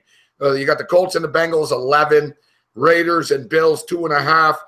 Philadelphia Eagles at -12.5 right now. Seahawks and Deshaun Watson clash here. Deshaun's got the best QBR rating in the NFL. Not QB rating like of stat, but QBR, which they define as the definitive sort of rating for a quarterback. Deshaun Watson, #1. It's pretty insane. Dallas Cowboys and the Redskins. Pokes are laying 2. Steelers at Lions. Sunday Night Football. It's sitting at 3 right now. And a little bit of movement. It was 7.5. Chiefs are now -7 against the Broncos. Have you started capping the NFL yet this week? I really haven't, to be honest with you. I haven't, but a game that sticks out to me a lot is, I think the public is now back in love with the Pittsburgh Steelers after their couple nice showings beating the Bengals and the Chiefs. I really think the Lions off a bye, Stafford healthy, are going to get off the mat in a big way. It's Sunday night, so hopefully the day doesn't ruin me so I can actually have some money to play on it. But that is a game that popped for me right away. As well, I haven't gone to the window big with the Chargers much, but this will be a big one, Gabe. The 7.5, I look forward to betting that one a lot. A lot. I like somebody in the chat's like, who is this guy? He's a cross between Seth Rogen and Anna Navarro. Yeah, I get the Seth Rogen. Yeah. Before we get you out of here, speaking of bandwagons, you jumped off the Leafs bandwagon years ago. And it wasn't a bandwagon. You were a lifer, and you said, you know what, fuck it. Any regrets right now? Here's the thing. They're fine. I hope they do well. All my friends love them. I only do sports like one way if I love a team, and I emotionally invest myself all. You're all in or not, right? Not. And I hope they do well. And I'll be honest. I don't know. It's this league where they're going to take 7 months to go from like 30 to 16 teams. Let me know when they're at 16. That's sort of my take, but it is comical, Gabe. Because now I'll ask a Leaf fan, how many years until you're nervous? Like, when are you going to be nervous if they haven't won a cup yet? Like 3 years, 4 years, 2 years, 5 years, and yeah, you're right. When's the window? As an outside observer, it's not about a window. It's like, at what point do you be like, oh my god? Because everyone right now, I'd say next year, not this year, next year. Like if they don't win next year, the following year, then suddenly it's just whatever. Everyone is so assured that it's like going to happen, sort of like they were with the Cubs, and it happened very quickly. So, I mean, maybe it could. And everyone was ready to give the Oilers the Stanley Cup before the year started this year. And I will say this as it pertains to the Leafs, and it's not to put the pressure's already huge. But if they can win one before they have to pay the kids, like happened in Chicago, where they were able to win a cup before they even had to hand out the contracts, yeah, holy shit, the city could have a dynasty. Could you imagine, though, too, the worst, and no one's brought this up, but what if Austin Matthews splits for the Coyotes? Says, you know what? I'm from Arizona, and I grew up, and Gabe, maybe this is like on the 4th of July, dude, I saw his tweets. He was like, the thing I'm most proud of in my life is to be American. And he went off on this little Twitter thing, and I thought, man, he's a patriotic motherfucker, this kid, man. I'll say this. People in Canada sort of like, oh, he's ours, he's a Leaf. I don't know, man. In his mind, he might be thinking, yeah, this is all great, but Kings, right? I mean, he's from Arizona. He played in the California system a lot. Like, But he's a Leaf. This would be like would a kid that ends up from Milwaukee who's a star on the Yankees be like, I'm going home to the Brewers? Like, what's your elite? Like, he's on like a preeminent like franchise. I don't know. I feel like, if you become a Laker or I'm throwing it out there. I'm just throwing it out there. How long is he locked in for anyway? I don't want to fearmonger that. That's an unfair fearmongering. No, I'm going to start the rumor now. Get Eklund on it. I'm going to put this on Twitter. Morency, inside sources here's Austin Matthews is going home to Arizona. Spread the word. Yeah. So, Leaf fans, I ask you, how many years until you're nervous if you haven't won the Cup yet? That's sort of where already we got Leaf fans in the chat saying, yeah, we better get him a hot chick here in Toronto or something. Fuck. You got to get some connection here. Yeah, no, I mean, here's the thing. If they can win before they have to pay them, then Leaf fans could be in for a dynasty. Yeah, like I said, when I saw his 4th of July shit, I was like, wow, this guy, and I know it's, whatever, he's a proud American, but it's like, for a guy who's on the Toronto Maple Leafs, he seems to be pretty USA, this kid. Yeah, but I don't know. It crossed my mind. But no, I know it. Listen, as you stated, the Leafs, he gets it. He's treated like a fucking god here, right? And he knows about the markets and stuff. But it doesn't mean that the Chicago Blackhawks or the Pittsburgh Penguins or someone wouldn't be in the mix too, right? He's not going that. Yeah, you're like, no. How long is he locked in for? What's the hockey contract status? I don't even know. I think it's 5 years. Yeah, I would assume it's 5, but there's no. They'll be locked up. He'll be locked up early, like McDavid. Like, there's no way. There's no chance. All right, Feinberg's like, no chance he leaves. Yeah, there's no way. Like I said, a guy wouldn't leave the Lakers to go to the Bucks. Like, if he was from Milwaukee, I don't think it would work like that. How pissed would you be? This is Connor McDavid. If Connor McDavid was the American from the American town, if I was an Oiler fan, I'd be a lot more nervous than like the Leaf fan losing. If you see what you see where I'm going with that? You love the Jays, though. You're still a Jays, and you're through and through. You're a Jay fan. Yeah. Do you blame Jackie Redmond for the downfall this year? I couldn't help, and I saw your tweet, and it was fucking gold. I just saw. I never fucking trusted her. I was thinking, when I saw that story, dude. And for the record, I know her, but you know her better than I do. I get along with her, and I'm not here to whatever. But we're being real. So when I saw that little story, I swear to God, I thought of you, and I thought, fuck, because our boy, Jeff takes his sport seriously. So I was like, man, if this resulted in somehow Donaldson saying, I got to go to Toronto and my girlfriend does, whatever, and Donaldson was out, I can imagine your fucking hatred for this chick, dude, would have been through the roof. No, listen, I don't know. I don't want to, who knows how the world works. I don't want to. What I'm saying is, you watch those videos of her interviewing players, and you're just like, somebody's something. Oh, I don't want to. Feinberg's worried this show. Yeah, this is being recorded. Listen, I like Jackie Red. I thought it was an unfair thing about her. Who cares? She's not married. Yeah, no, that's also that's the thing. That's also a very true part of it. I really love people who are just jealous it wasn't them. I will say this, because this isn't slander at all. This is just facts. I saw a Q&A thing she did on a local Toronto media blog, as sort of reciting her career. And, she's asked a lot of questions at the Score and named a lot of people at the Score that she wanted to thank or that she was appreciative of. And she didn't name Cam. So I don't know. I thought that sort of shows her true colors. She did name her or didn't? Did not name Cam. She named Renee and Cabby and other people. Oh, really? Huh? Cam. And I thought Cam was the first person she was on air with there. So I don't know. It's just Feinberg throwing it out there for the record. Exactly. Throwing it out. It's just leaving the nugget on the way out here. Just leaving that nugget. Yeah, trust me. I've been down that road. Not a lot. No one ever thanks me. Fucking told the story. Fucking the only time Pizzo contacted me, I thought, a nice guy Pizzo calling me to fucking say good luck in the future. He's trying to shake me down for a football pool. I told him I'm not in the pool anymore. I got fired. Fuck.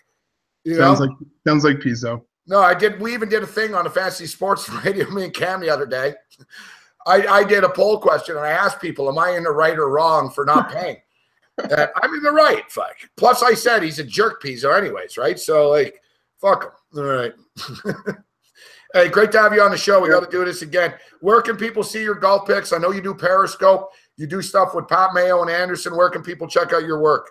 Yeah, just sort of my Twitter, Feinberg17. For football season, I yuck it up with Pat. For golf, I post stuff on Twitter. I'll have no video golf until we're actually into the new year, once we're in Hawaii as in January. For the swing season, I might just post some things on Twitter. I try to stay away from the golf in this part of the year. I really do. You don't want to get too crazy. You got to make your money. You're good at it. I'm going to take a shot. I like your John Rahm and maybe a little sprinkle on Matsuyama as well. And I'm going to play Ty Hatton in head-to-head matchups if I can find it. Yep, he might be a guy that the books are onto accordingly, as we see by the outright. But that wouldn't shock me. That wouldn't shock me one bit, Gabe. They're also in like Hong Kong, and for a lot of these guys, they're out of their element. Like you talk about other sports, you know, if they're not getting the food they want, if you like cheeseburgers, you can't get I don't know. So there's a lot of like weird variables when playing it. But like I said, it's fun and it's on in prime time, starting tomorrow at like 7 p.m. So. That a Wednesday night, start. So I'm in. Prime time golf, nothing wrong with that. Yeah, nothing wrong with that. Hey, great stuff as always. Good to catch up with you. I wish you the best. You and your family the best. Thanks for taking the time to be with us, Jeff. Oh, a pleasure, Gabe. All the best, man. Good chatting. There's Jeff Feinberg with us. Yeah, this guy really knows his golf. A lot of winners. Wait till, like he said, we're in the silly season now. Well, not silly. You know, they're in Asia right now. WGC. And then it's sort of gonna wind down a bit, and then it'll pick up. But once the season starts for real, he's a must follow. Picks a lot of winners every couple of weeks. He's nailing a fucking 20-1. Every couple of weeks, he's nailing winners. What do we got? All right, we got some NBA basketball.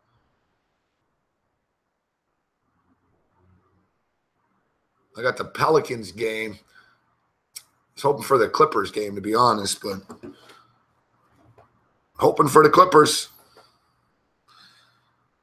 I don't even know what the score is. So, yeah, listen, guys, we've had a nice night so far of picks. 3-0. 3-0 in the NHL. 1-0 in the NBA. 1-0 in baseball. I'm not a mathematician, but it means we went 5-0 tonight, of course, because we bet smaller units. But I'll take it. Nice bounce back. I don't see a lot of, hey, you should have done this or you should have done that.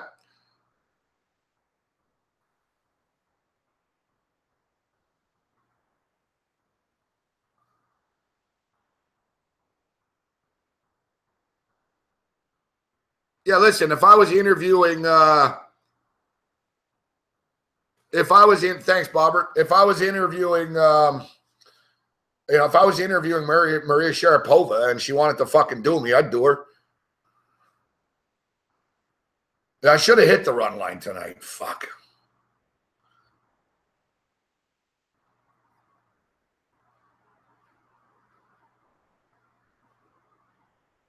Yeah, NBA's been good to me so far.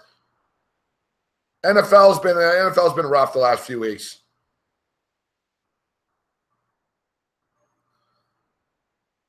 I got some wins in the NFL. But, yeah, it's been disappointing. It's real money management. It's more than anything. I told Mohamed Jamba that, the other day on Facebook. I'm as stupid, I'm winning games, and, we just go all in on these NFL games. Look on Sunday night. Why do I got like fucking $900 on the Atlanta Falcon game, and I'm fucking losing, and I want to fucking put my fist through the screen. And, I got $150 on 2 NBA picks, Pelicans and Pelicans over, and they both win. Why didn't I just put similar units on everything? Well, because it's football. For some reason, even tonight with baseball, like it was a big football game, I would have bet more. But the baseball, I'm like, I bet the Dodgers will take the win.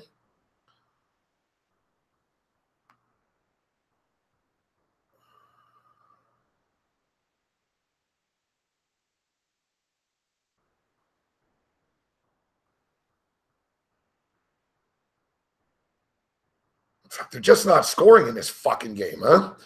The Clippers have 4 fucking points in the second quarter here.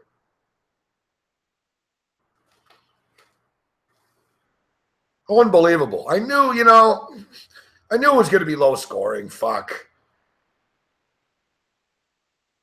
I didn't think that, though, that the Clippers would, hit the wall this much. They got 4 points right now through 9 minutes. It's 4:52, 6 minutes, 7 minutes.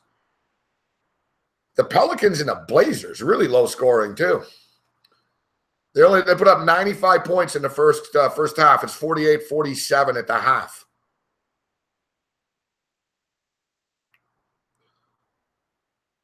$48-47 at the half. I'm tempted to jump in and take the second half over here of this Pelicans-Blazers game. 48-47, but they had identical quarters.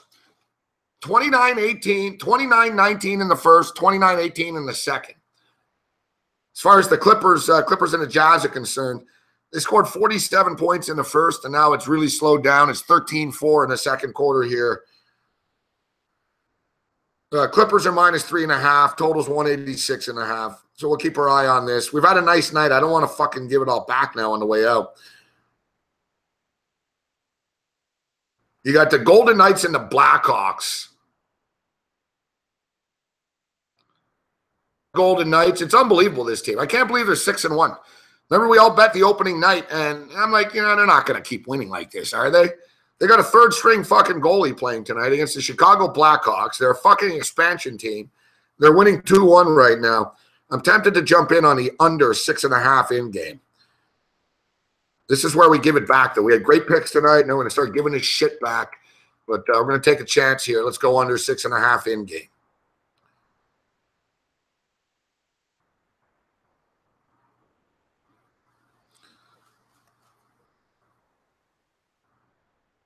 There's a lot of stuff going on in the sports world. World Series, NFL, NBA started and stuff.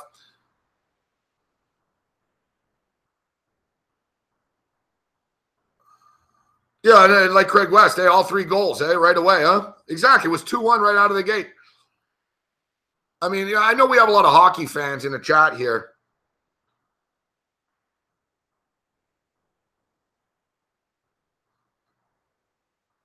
How many people really thought they would be 6-1 right now? All right. You won your opening game. You won your home opener. And then I sort of stopped paying attention for a couple of days, and I keep looking. I'm like, man, these guys just keep winning. Fuck. It's like, all right. Oh, we lost our starting goalie, Marc-Andre Fleury. I'm like, God, you guys are in a lot of trouble now. PK Subban's brother, Malcolm Subban, comes in. People are like, Malcolm Subban's a terrible goalie. He sucks. Boom. They fucking win every game with him. Boom. He gets hurt. Now it's like, oh, my God, they got a third-string fucking goalie. They traded Pickard. Like, how are they going to do this? Yeah, Dansk. We can Dansk if we want to. Doing a safety dance. Good call, Bobbert. Just keep riding it, dude. Why not? Whatever. Oscar Dansk is doing all right tonight so far.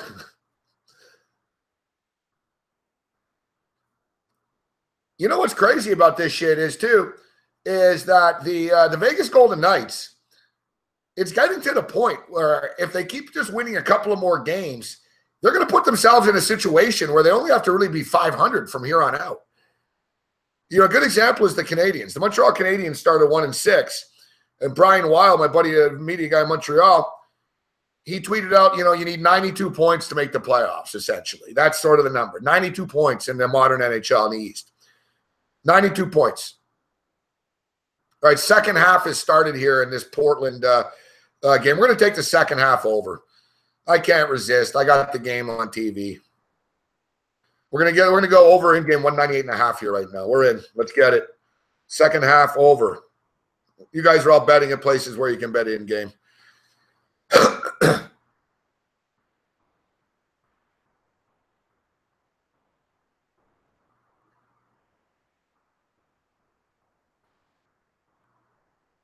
Yeah, so, it's a Vegas. It's an unbelievable story here. So we're talking about the Canadiens.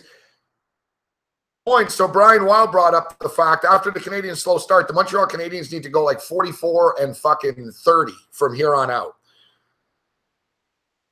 That's pretty crazy. Like, people think, oh, it's early. It doesn't really matter. It adds up, man. Like a good example is the LA Dodgers this year. The LA Dodgers lost 16 to 17 fucking baseball games and still finished in first place. Why? Because they won so many games. They built up that insurance cushion. So it's still a little early to talk about this, but I tell you, if the Golden Knights sort of manage to fucking keep this up for another 2-3 weeks, they're going to, they have a legitimate strong chance of actually making the playoffs as an expansion team, which is unheard of. And what's interesting about it, I don't even think they want to make the fucking playoffs. The plan wasn't to win.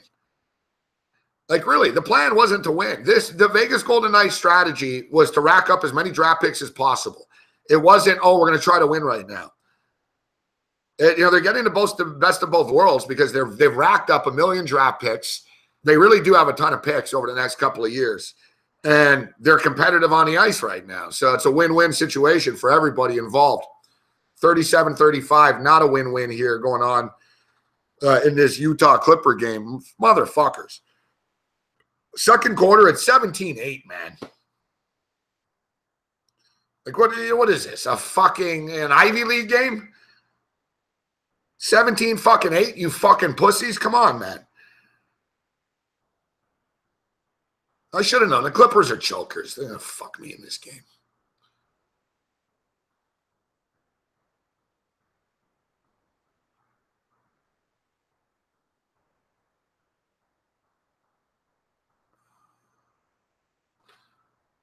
Somebody asked, I traded Wentz for Keenan Allen. I have Winston, and I really need help at wide receiver. Yeah, that's not crazy talk. Winston's going to be playing from behind a lot. I don't have a problem with that deal. You did what you got to do.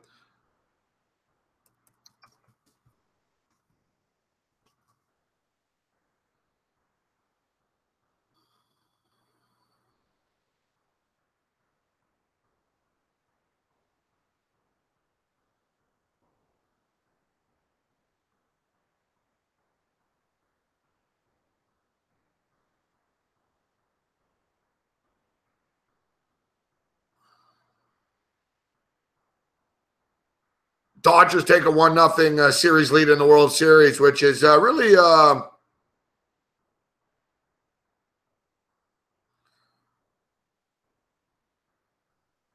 Dodgers great performance tonight. They're up 1-0. Really considering that Clayton Kershaw can't pitch in the postseason, right? Yeah, I think we're going to stop with the Clayton Kershaw can't pitch in the postseason shit now. All right, can we drop that? He can't pitch in the postseason. The Dodgers are now 8-2 straight up in the last 10 games that Clayton Kershaw started in the postseason. I get it. He lost a couple of games to the St. Louis Cardinals fucking 10 years ago, whatever the fuck it was. That Kershaw can't pitch in the postseason was the biggest pile of fucking crap.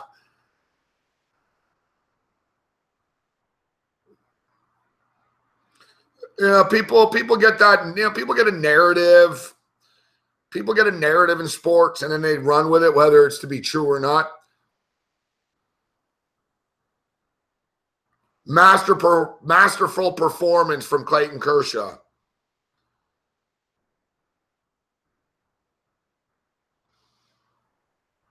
Tom Marino says Kershaw's not elite in the playoffs. Yeah, I know. The guy just pitched a fucking gem in the World Series. I guess the World Series not a playoffs. Not elite. Not elite in the playoffs.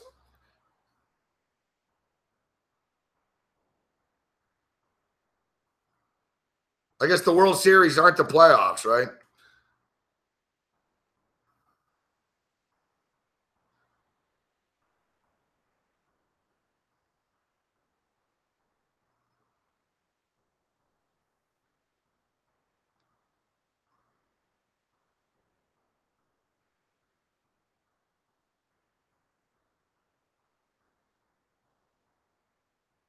Clayton Kershaw, 7 innings, 3 hits, 11 strikeouts.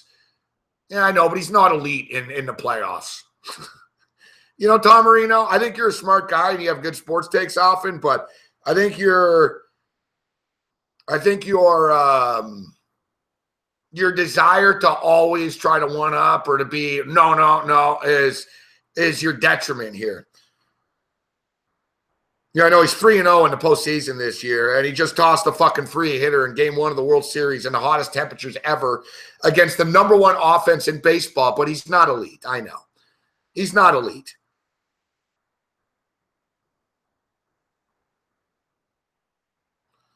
Anyways, we'll take a quick break.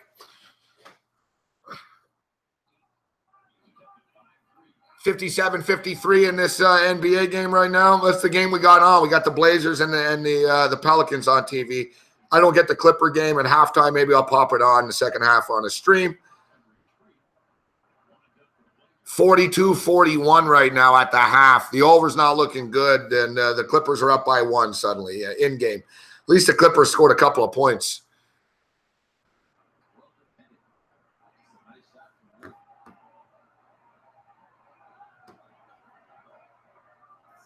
Thanks to Jeff Feinberg for joining us on the show and pinch hitting. Great stuff with Feinberg tonight. Where's Big Man on Campus at?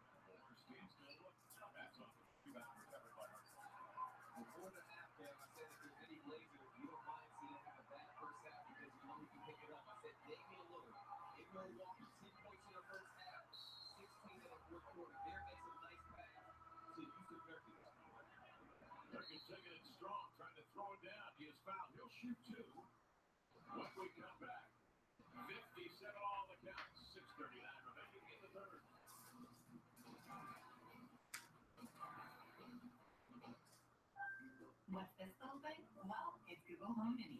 You put it in your house and control it with your voice. Hey Google, play my fun playlist. Okay, playing now. It's also a remote control, an alarm clock, and a sous chef. Let it cool for 10 minutes. It can tell you the weather, or if your flight is delayed because of the weather. It's smaller than a donut and weighs less than a full-grown chipmunk without the nuts. It's powered by the Google Assistant, so it has Google Maps, Google Calendar, and lots and lots and lots of other stuff you love. It's Google Home Mini, part of the Google Home family. We've built Canada's best-selling trucks for 51 years. How do you outdo what you've already outdone with the new 2018 F-150, the most capable F-150 ever? Built with everything a working, playing, towing, hauling like needs, and the only military-grade aluminum alloy body in its class. Whatever the challenge, bring it. Now lease the 2018 F-150 for $199 every 2 weeks at 0.99% APR.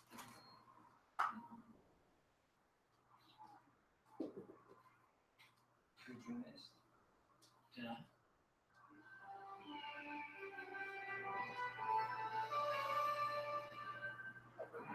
Juicy fruit, picked up with Gabe. Being King Midas, I expect the best of everything. You should too. Yeah, we got all the top brands of tires for winter. Yes, indeed. Take these Michelin tires, for example. Or these Goodyear tires over here. We got more in the back. Visit Midas and get a free winter maintenance package with the purchase and installation of 4 tires. Free service includes oil change, tire rotation, brake check, and more. Trust the Midas touch.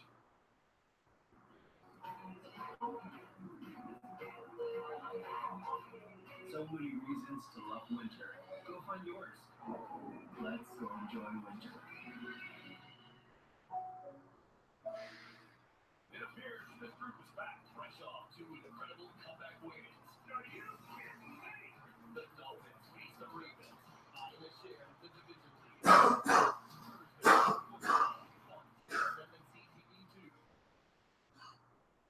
Now, don't act like you don't know what it is on Thursday. Make sure you check out TNT at the Celtics at Boston. That's followed by Pelicans at Gabe.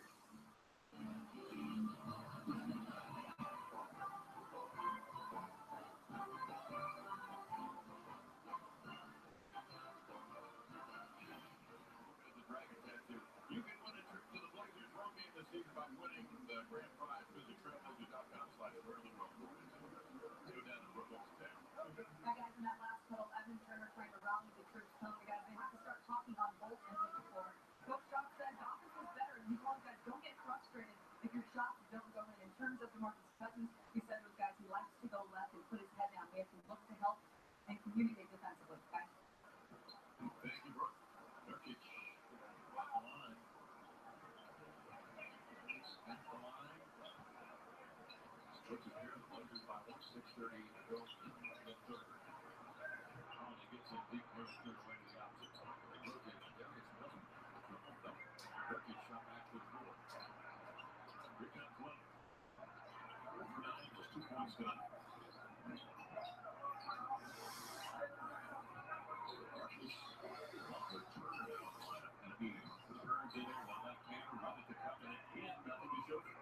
the Blazers offense we've seen in the first 3 games of the season. Look at the movement.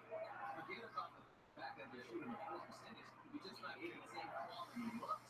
That'd be 116 coming in. Nurkic in control tip. Rising loose. Damian Kettle's in the front court.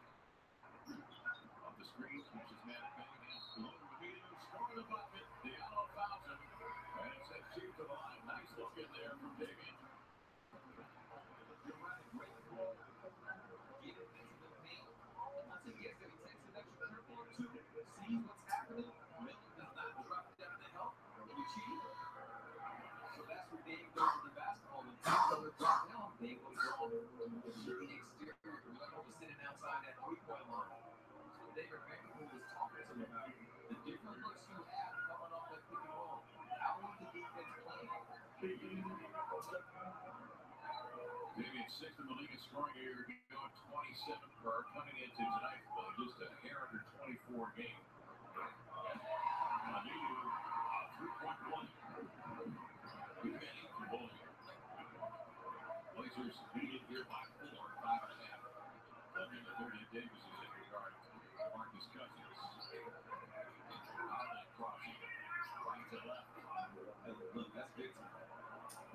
That was a strong crossover. Continuing to move towards the basket. Damian double. Gets to Davis, slip the screen. Cunningham Beretta on the block. And he's got to pick back the other way. Lets it set up by Howard. Marcus Cousins is buried 2 of 6 and 3 at 22 points for the ball game, and it doesn't move. Donovan set the lead back. Davis has led the string with a 10.74 for 12 minutes of work. Damian scores his first field. Not a lot going on. I see the Golden Knights just fucking scored. That's just great. That's just fucking great.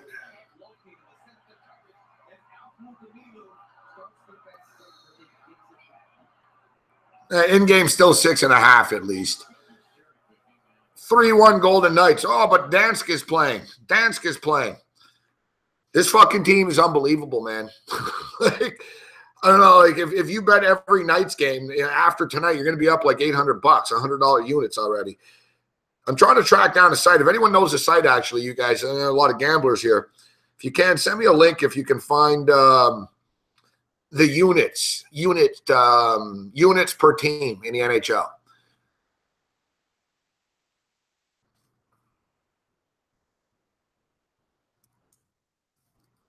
I had it for baseball. I wanted to do like sort of a market watch and keep our eye on who's making money in the NHL, what teams. Let me see if I can find it.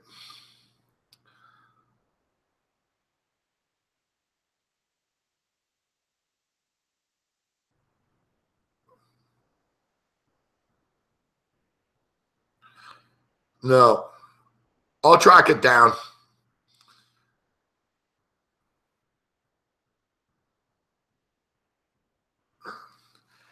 It's not in the cover standings, Vito. I know. I use the cover standings for baseball unit.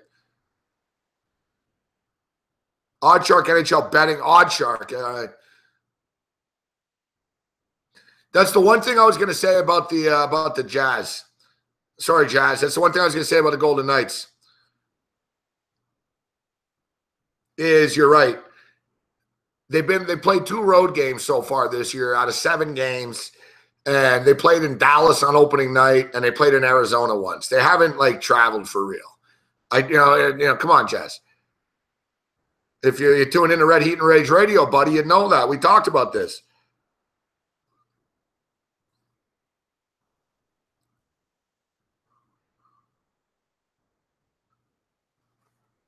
We talked about this. I said this. Let's see the Golden Knights go on a Canadian road trip, in the wintertime. Go play in Edmonton and Calgary on those back-to-back nights and fucking Montreal and Toronto and shit. Let's see you guys travel.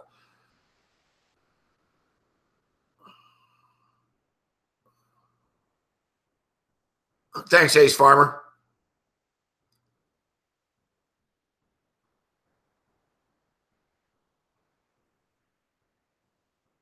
Exactly. Druzilla is aware. We specifically talked about Vegas not going on the road yet.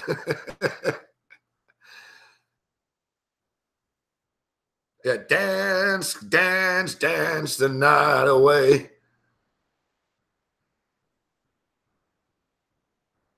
They're going to be 7-1, Jazz. The Golden Knights have the second best record in the National Hockey League.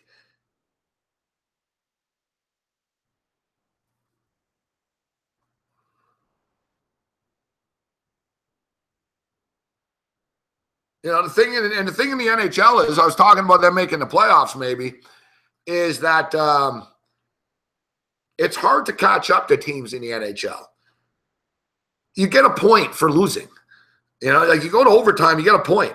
It's very difficult to rack up points if you're down like, oh shit, we're down 12 points. Like it's hard to come back in the NHL in the standings. Because, just by the definition of the stupid format that they have with the overtime loss and you get a point and all that shit. But I do agree. Listen, it's too early. I'm saying it's too early in the NFL right now. So obviously it's too early in the NHL. But you're a Grinch, Jazz. Hard to not like what Vegas is doing. They're 6-1. And they're winning right now as underdogs again. Let's see them go on the road, though. As far as over-under trends in the NHL, biggest over-under trends, Tampa Bay 7-3 to the over. Florida Panthers 7-1 to the over on the season. Montreal Canadiens 6-2 to the over. Pittsburgh 7-3 to the over. 6-1 to the over. Minnesota 5-1 to the over. Arizona 6-2 to the over. There's no real teams playing to the under, but there's a few teams that have serious over trends here. Tampa Bay 7-3 to the over. Toronto Maple Leafs 7-2 to the over. Florida 7-1 to the over. Habs 6-2 to the over. Penn 7-3 to the over. Winnipeg 6-1 to the over. Minnesota 5-1 to the over. Our boy Stucci went to the game tonight, actually, in Minnesota, St. Paul. Vancouver Canucks.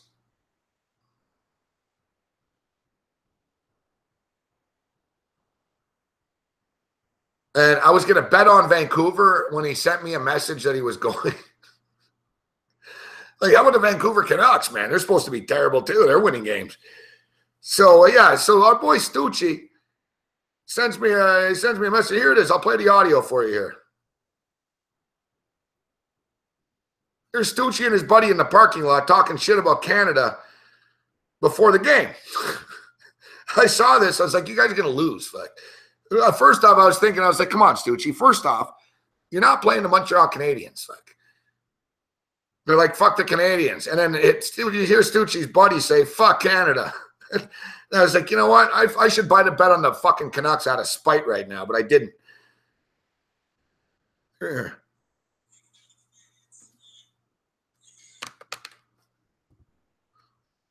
I swear to God, like when I heard him, I'm thinking the Canadians aren't even playing the Wild tonight. He's talking about the Canucks. Our boy Stucci. Time to take down the Canadians today. Time to take down the Canadians. Canada. Taking down the Canadians today. Yeah. Time to take down the Canadians today. Time to take down the Canadians. Canada. Taking down the Canadians today. Yeah. Well, Canada won, Minnesota nothing.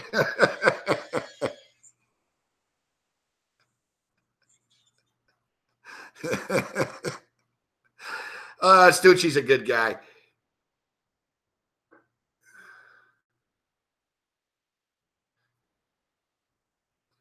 Stucci's a good guy, but I do get a kick out of the fact that ultimately the team from Canada did win the game.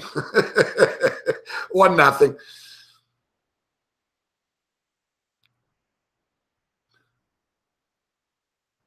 All right, so the Knights are starting Ralph Nunziata. What's up, Ralph? They're starting a 6-game road trip Monday.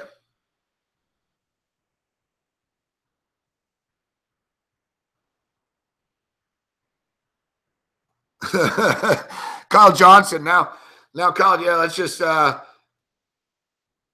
gonna pick on the Wild now.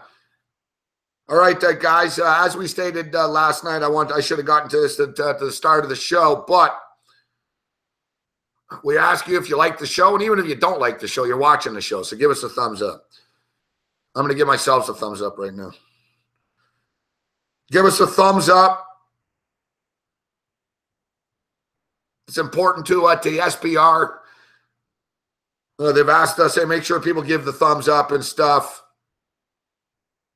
So, yeah, please give us a thumbs up. And if you haven't subscribed to SBR on YouTube or follow on Twitter, Instagram, Facebook, Snapchat, Google+. Now, I'll be honest with you. I don't even have an Instagram account. I don't have a Snapchat account. And I guess I have Google+, but I don't even know what Google+ is. So I'm on Google now with this Google Hangout.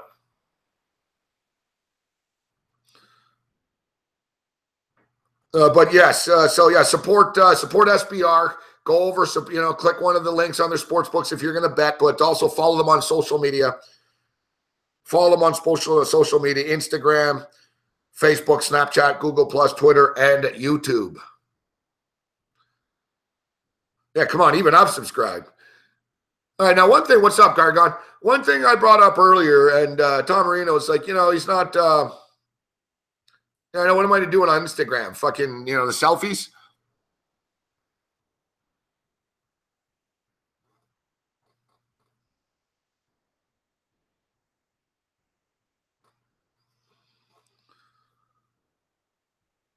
Fucking Instagram.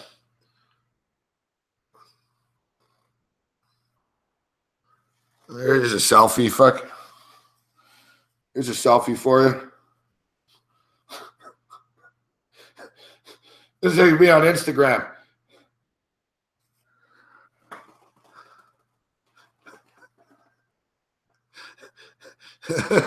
There's a selfie. There's my Instagram. Picture of my dick.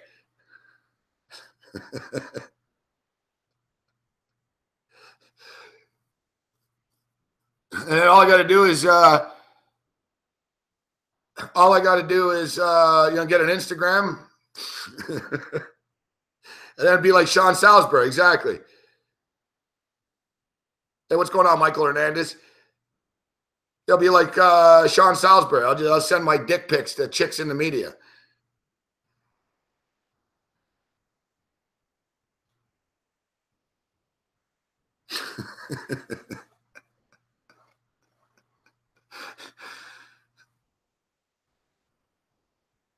All right.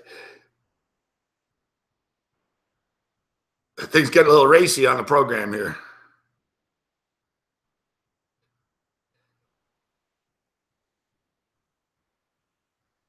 So, yeah, so as I was saying,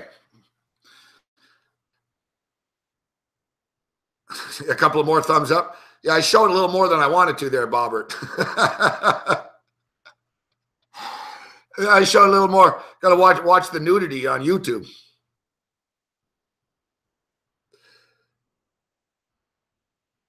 All right, I've got the over in this fucking game, Focus, so I'm hoping there's some points.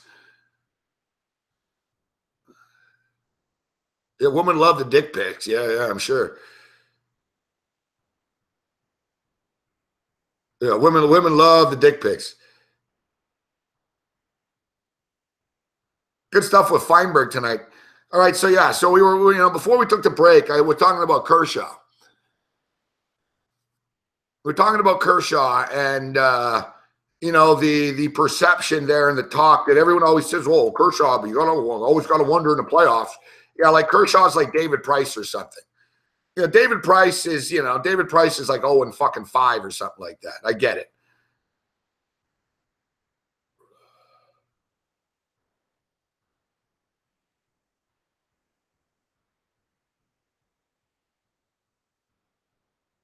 So Clayton Kershaw is now 10-4 in the playoffs. I know, that's terrible. That's terrible. He's 10-4 in his playoff career.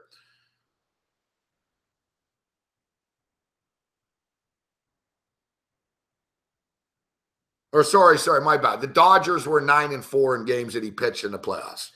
So after tonight, he's 8-4. My bad. 8-4. Since going 0-2 in the 2014 playoffs against the Cardinals, Kershaw 7-2 coming into tonight. So now 8-2. So like I said, he had a bad series against the fucking Cardinals, right? This thing about him not being able to pitch. But so let me ask you something. So the perception is that Kershaw can't pitch in the postseason. So is Justin Verlander a good playoff pitcher?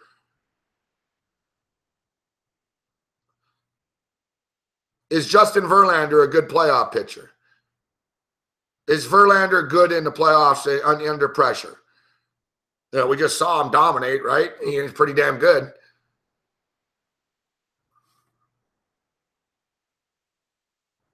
This is something interesting that I discovered about Verlander. Justin Verlander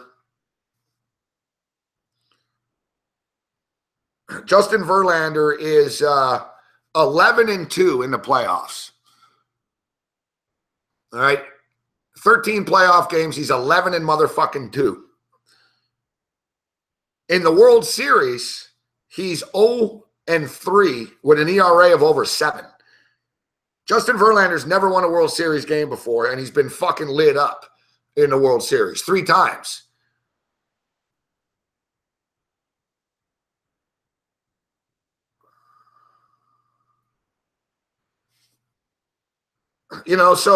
Perception and reality are always two different things, right? Rich Hill never pitched in the World Series before. I'm surprised about the number here. It's hard not to make the Dodgers a favorite, but Verlander is pitching so well. They do have a distinct advantage. I think Verlander's better than Rich Hill, let's be honest. And the way Verlander's pitching right now, and the shadows really weren't a factor, but the way Verlander's pitching right now, Verlander's in a fucking zone. I don't care. He's 0-3 in the World Series. I'm not one of these guys. I'm just using it as an example about how people say Kershaw sucks in the playoffs, yet Verlander's 0-3 with an ERA of 7.08 in the World Series. No one bitches about him, So, I see right now the Dodgers are -115, Verlander -105, total 7.5. And, to me, I don't care who's fucking pitching, man. I don't care if Bob Gibson's on the fucking hill for the Astros. You can't bet against the Dodgers at home right now. Hard to bet against the Dodgers anywhere right now. I mean, you can argue that it's Verlander. I'll counter-argue right now that you're getting a red-hot LA Dodger team that's kicking the shit out of everyone at -115 on their home field. The Dodgers need this game, too. They can't let up here. You know, the Dodgers have only lost one playoff game. I mean, they've been very good at getting it done on a daily basis. And I know it's Verlander here, but I actually think Verlander's due to get hit. I mean, the guy's been unfucking hittable. I mean, the law of averages are going to catch up. And, you know, let's talk about that World Series stuff a little bit. You know, Verlander's an older dude. It's going to be hot as fuck again tomorrow. How's he going to be able to handle the heat? You know, there's a lot of variables that come into play here. Not to mention the Dodger lineup is that damn good. I think the Dodgers are the play tomorrow. How do you know? Okay, you have Verlander on the hill. You have Verlander on the hill, I get it, but it's not like you're getting some big value pick at minus 105. If you like Verlander tomorrow and the Astros, shouldn't you be getting plus 125 or something?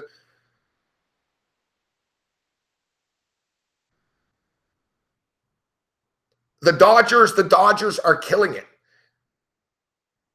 I mean, like I said, to me, it's a value pick on the Dodgers at minus 115. Did Aminu just miss the fucking dunk?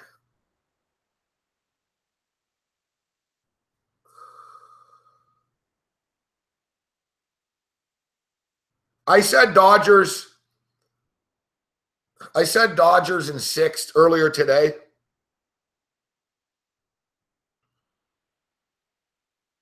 I said Dodgers in 6 today. I don't know, maybe Dodgers in 5.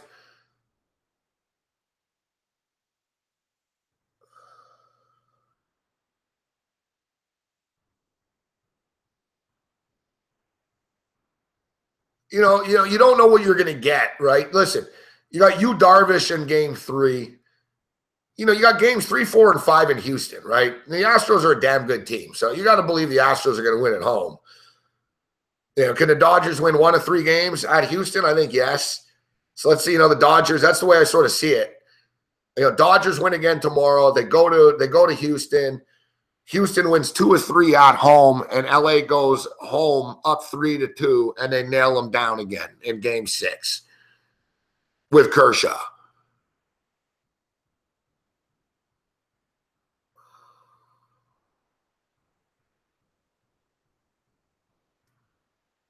Like, yeah, I don't think Houston's disappearing. I don't think like they're going to wilt because they lost a game, but we talked about it. Look, Houston had their hands full with the Yankees, guys. They won 7 games, right? Houston's not like dominating teams in the playoffs. Yeah, they swept Boston.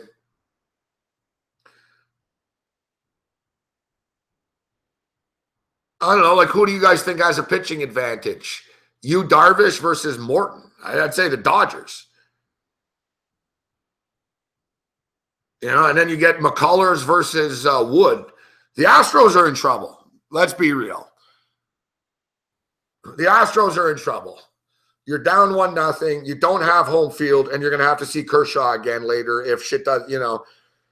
Even if you win a few games, you still get Kershaw again. And, you know, you're running out of arms here. You've got Verlander, and then after that, you're fucking counting on 3 games of Morton, McCullers, and Peacock against this Dodgers fucking offense. And Darvish is no bum. All right. And Darvish has pitched against Houston a lot in his career. He just came over from the same division. We went over the numbers last night. Houston batters hit $191 against Darvish. And you know Roberts knows this going into Houston here, thinking he's pitched in Houston a lot already. He'll be fine there.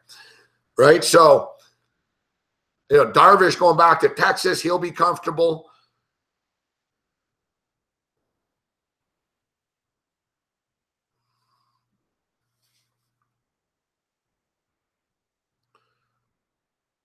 I understand both arguments, guys, on tomorrow. I really do. Let's do a little internal. I don't know how come YouTube doesn't have polls here. Fuck, they should be able to do our own poll. Super chat. I don't even know what a super chat is.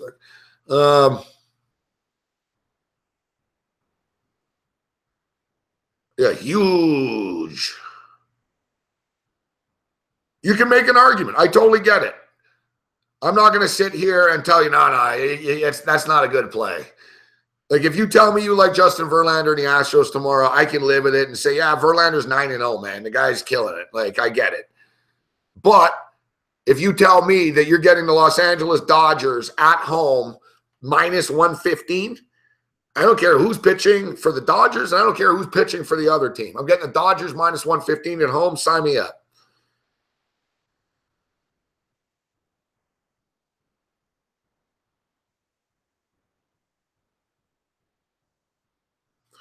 I know, Ace Farmer, but you're getting this against the best team in baseball in their park.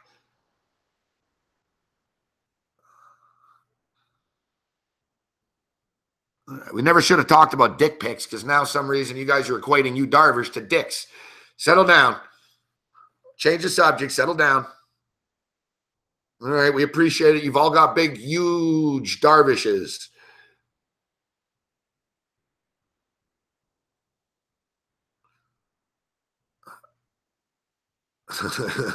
I like the Dodgers tomorrow. I think I like the Dodgers tomorrow. Low scoring. Ooh, big three. Boom. Let's get some points here. Portland now go up 87-81 with 7 minutes remaining.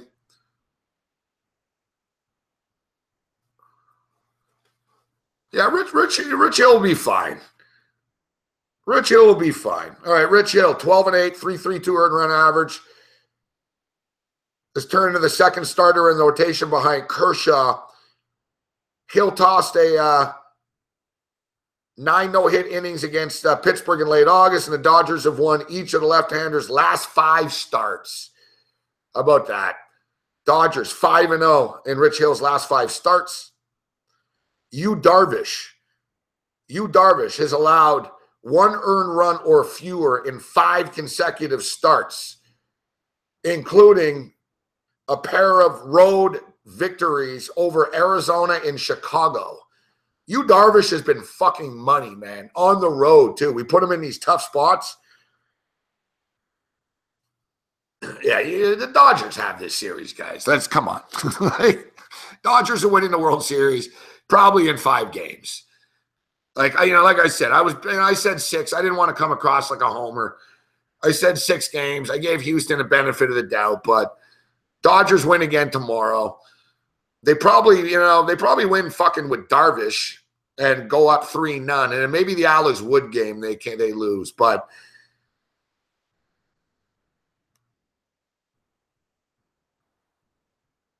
Darvish's numbers have been rock solid.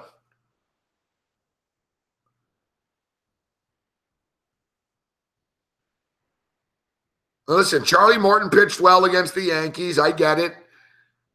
But, the Dodgers are that good.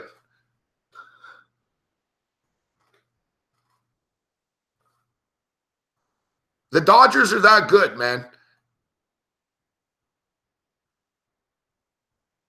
I've equated them to the Golden State Warriors. Like every game, the Dodgers have somebody else step up. There's so many guys that can get it done on this team.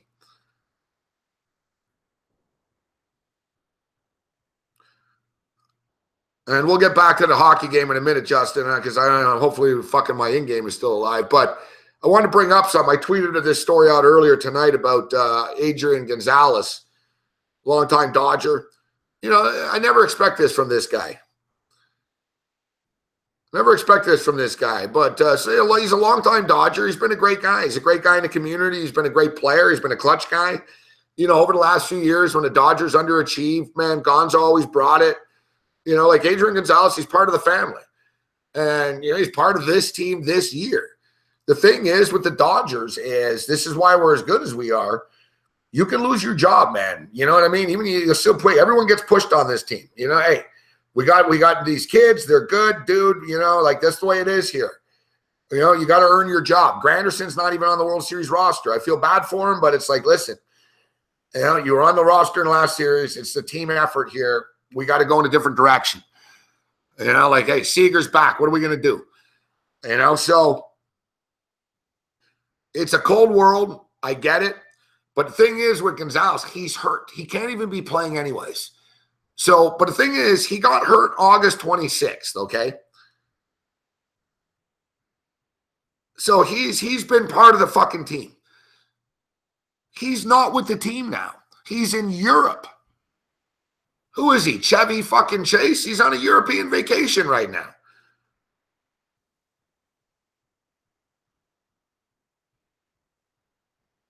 You know, it bothers me. It's like, you know, we're going to give you a fucking ring. You get a ring, dude. You know, like the least you can fucking do is come to the fucking stadium, man. You know, is it asking too much?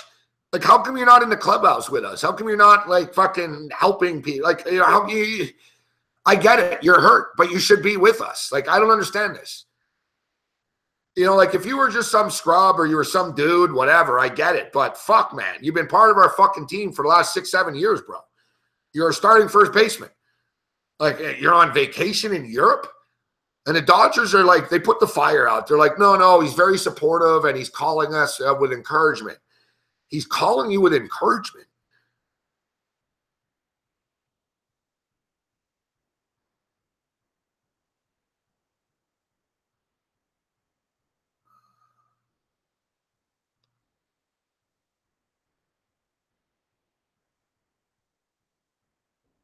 Yeah, to me, I don't get this. You know, like if he said, listen, you know, someone in his family was really sick.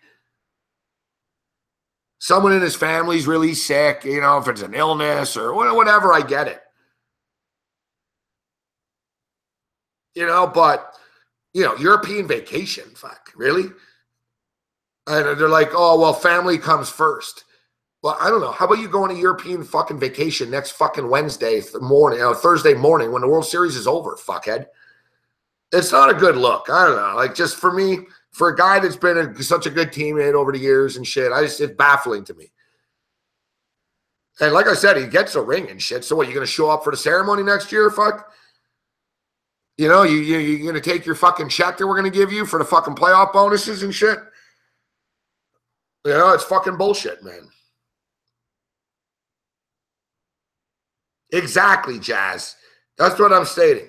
He still gets paid. He still gets a playoff share. He's going to get a playoff share. Like, he only got hurt August 26th. It's like, fuck, man. You're part of this team. Like, you get a ring and everything. You're part of the team. You should be in the clubhouse with us, you know? That's my biggest thing. You know, it's just one of these things. He should be there, fuck. If you're just a nobody, I get it. But you're not a nobody. You've been a big part of the organization. And you're one of our leaders. Like, it's amazing. There must be something behind the scenes that I don't know. A European vacation. What do you like? And the fact that he's in Europe almost tells me that it's bothering him so much that he needs to get away from it. Because you can't even watch the World Series in Europe. You know, I'm not saying it's impossible. You can watch it online and shit, but it's not like the NBA or NFL and shit. It's not like Major League Baseball. Like, you know, as people in the UK are dying to watch baseball. So, I don't know. That's what I thought. When I saw him, like, man, this guy probably it hurts him so much he's not part of this. But the thing is, you are part of it. You are part of it. You're as much of the team as Puig or anybody else. You've been on the team forever, bro. Like, I expect you should be in the clubhouse with the champagne and you celebrating. You've earned it. Like, you're part of the team. Like, I don't know, it's like a spoiled bitch. Well, I'm not, whatever. Like, well, what do you want? You're hurt. You're not on the roster. You're hurt. But you can still be in our clubhouse, fuck.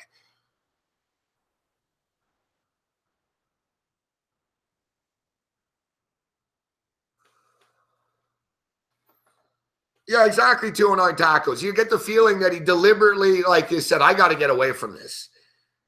You know, like, what do you do if you don't want to see something? Like, I remember Dave Grohl said when Kurt Cobain died, he needed to get away from, like, everything. So he went to Ireland. And he went to Ireland, but he said remote Ireland. Okay. So he went to, like, remote Ireland. And he went into, like, the rolling hills and shit. And he's in the middle of fucking nowhere, man. He's in the middle of nowhere, all right, in Ireland. And he said he was going for a walk. And he was thinking about post-Nirvana and his life. And he was depressed. And, like, he's going for a walk. And he said some kid came up to him in a Nirvana t-shirt on, like, a mountain, a hill in Ireland. And he realized then, he was like, man, There's no escaping this. Like, this is, I got to suck this up and go back to America. And he said, like, seeing this kid in a Nirvana shirt, and the Nirvana kid asked him, "What's next, man?" And Dave Grohl was feeling sorry for himself, tried to disappear in the hills of Ireland. kid in a Nirvana shirt runs into him. "What's going on?" And he's like, "I don't know, man." He goes, "I'll tell you soon." And he's like, "All right, I'm going back to America. Let's rock. Fuck. Let's go."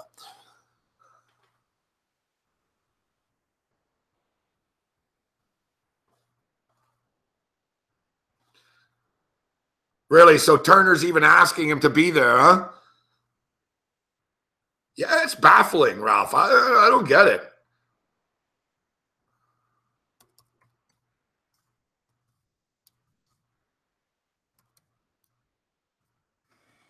Of all guys, like Adrian Gonzalez, I'd never expect this. And at least listen, he's not being a distraction. He's not causing trouble. You know what I mean? He's not like bitching. He's not in the way.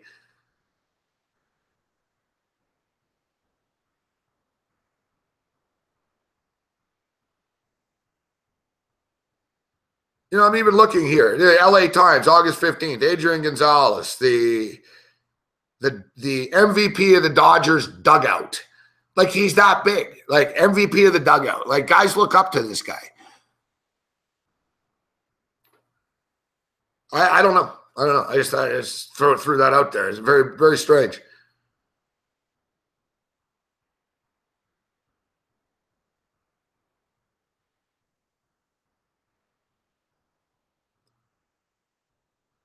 All right, still 3-1 in the hockey game right now. We got that under 6.5. And, oh, shit. I haven't paid attention. I did it deliberately. I didn't pay attention because I was worried. But, booyah. LA Clippers fucking pulling away. The total's dead. The total's dead. The total's dead, but fuck me, man. I gave the Clippers on a TV show today, too. I wasn't even going to bet the over of this game, but early in the day, the total was 198 or 199, and I see a 195. I'm like, fuck, it's pretty low. The question is, can we get that over 199, 200 here at the in-game in this Blazer game? So, yeah, the Clippers have pulled away. They outscored the Jazz 33-15 in the third quarter, up 75-56 right now.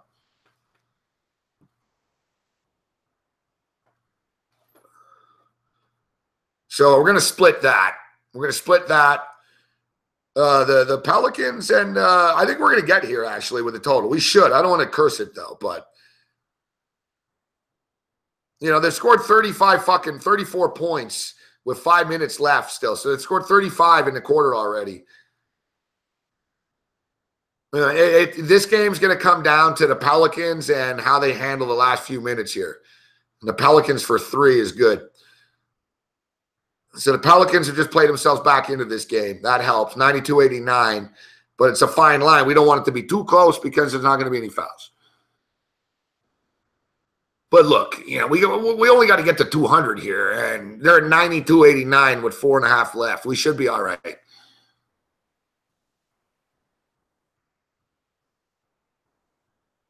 And we've got under 6.5 that we gave you in the Golden Knights and the Blackhawk game that we're sweating out. If we can go 3-1 with these late night plays, I'll take it and move on. Like I said, it was a nice night tonight. We started out 5-0.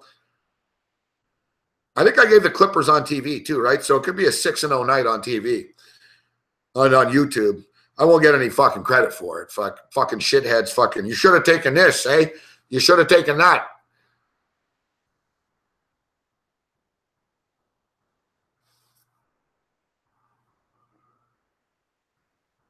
Yeah, I think Vegas are about to score. 5-on-4 power play. Fuck me, man.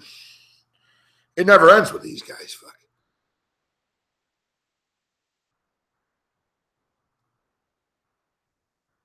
(4-1) goal.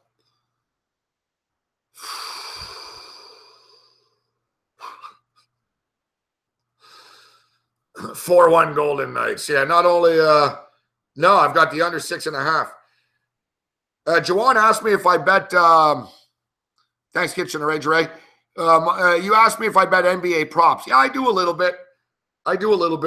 The problem, I'll be honest with you, Jawan, the problem with NBA props is they're often not released earlier in the day when I have to do my plays of the day.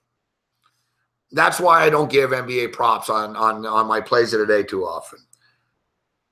A lot of times NBA props will pop up at 4 in the afternoon. Sometimes they're earlier, depends, but it's not consistent for me. It's tough. Same with baseball. A couple of years ago, I gave baseball props on the TV show, and I was doing well, over-under strikeouts and shit like that. I was doing well. Now, speaking of props, I know, Jazz. How come I didn't parlay the Knights, Dodgers, Flames, Habs, and Canucks? Because I'm an idiot. I bet the in-game, Scott's K. In-game, 6.5. I bet the in-game 6.5 total.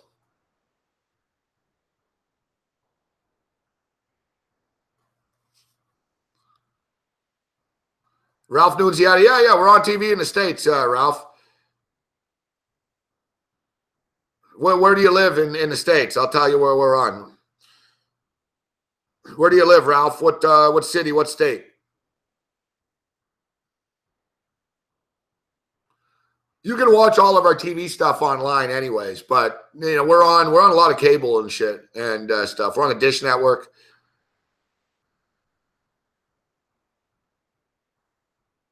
I'm on the Fantasy Sports Network in Canada.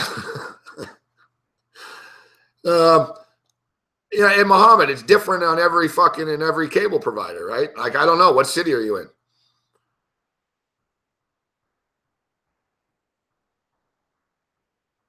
We're on Bell 5 and Rogers. So, yeah, we're on all cable in Canada.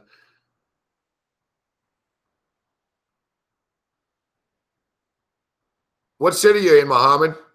You're in Edmonton. So we're on Rogers. We're on Rogers in Edmonton, channel 429, I guess.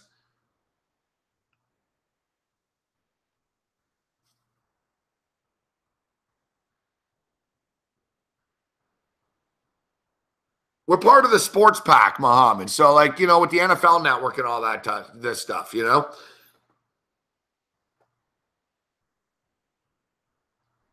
We're not on Spectrum. That's the only one we're not on, which is the big one. Oh, you have Shaw. Yeah, I don't think we're on Shaw.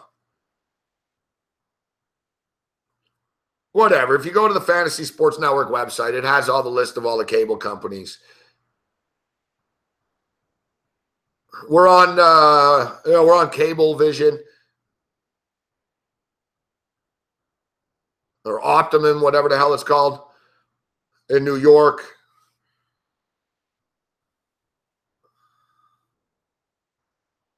Everything is, nowadays, listen, we're on Roku, we're on Amazon TV, we're on Apple TV.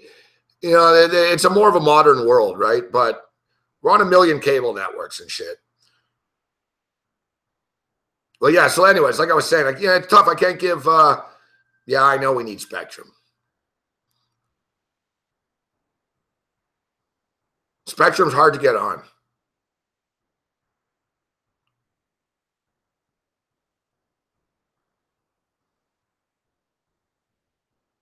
We're on Xbox. Yeah, we're on Xbox. All the modern ways.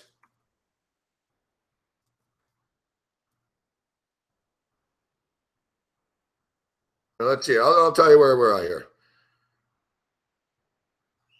Get Fantasy, yes.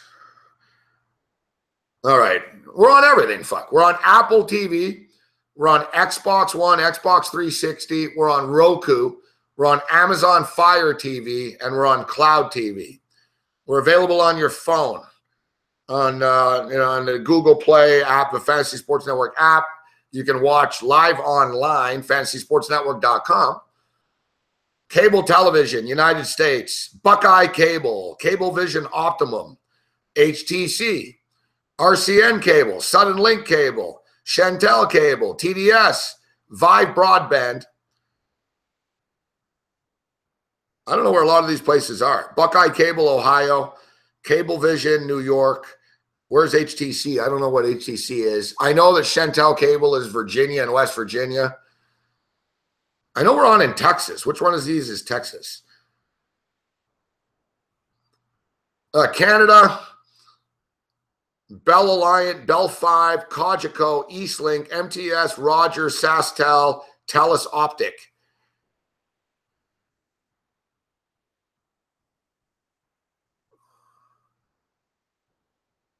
A lot of platforms.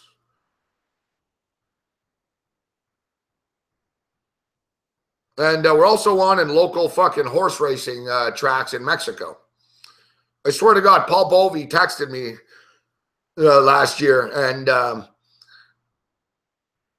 he goes, Gabe, he goes, I'm in a horse and sports book in Mexico right now, in like Guadalajara type shit. And he goes, your TV show is on in Mexico. And he goes, I responded back to him. I said, we're not on in Mexico. I said, I don't think I'm on in Mexico. And he goes, no, I see you right now. And I responded back. I said, it's probably carton. I said, you probably think I'm carton and it's CBS Sports or it's just some white bald guy, dude. I said, we're not on in Mexico. And then he responds back with the guest. He's like, you're talking to Dave Malinsky. And he's like, I fucking see you. All right. And I was like, oh shit. I was like, oh shit, really? And he goes, yeah. He goes, they had the channel on the whole time in the fucking in the horse and sports book in Mexico. I don't know. They must have picked it up off a satellite or something. It's bizarre, but you never know who's watching you.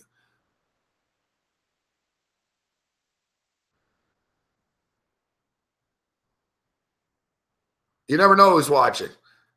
Like I said, we're big in Turkey.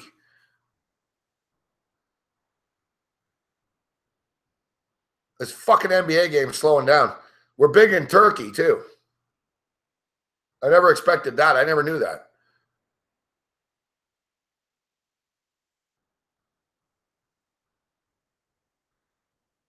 We're not on in Turkey anymore, though. Oh, we're on the Armed Forces Radio Network. We're on the Armed Forces Radio Network, which is pretty cool. I'm proud of that. That's a good one. We're on the Armed Forces Radio Network, iHeartRadio, TuneIn Radio.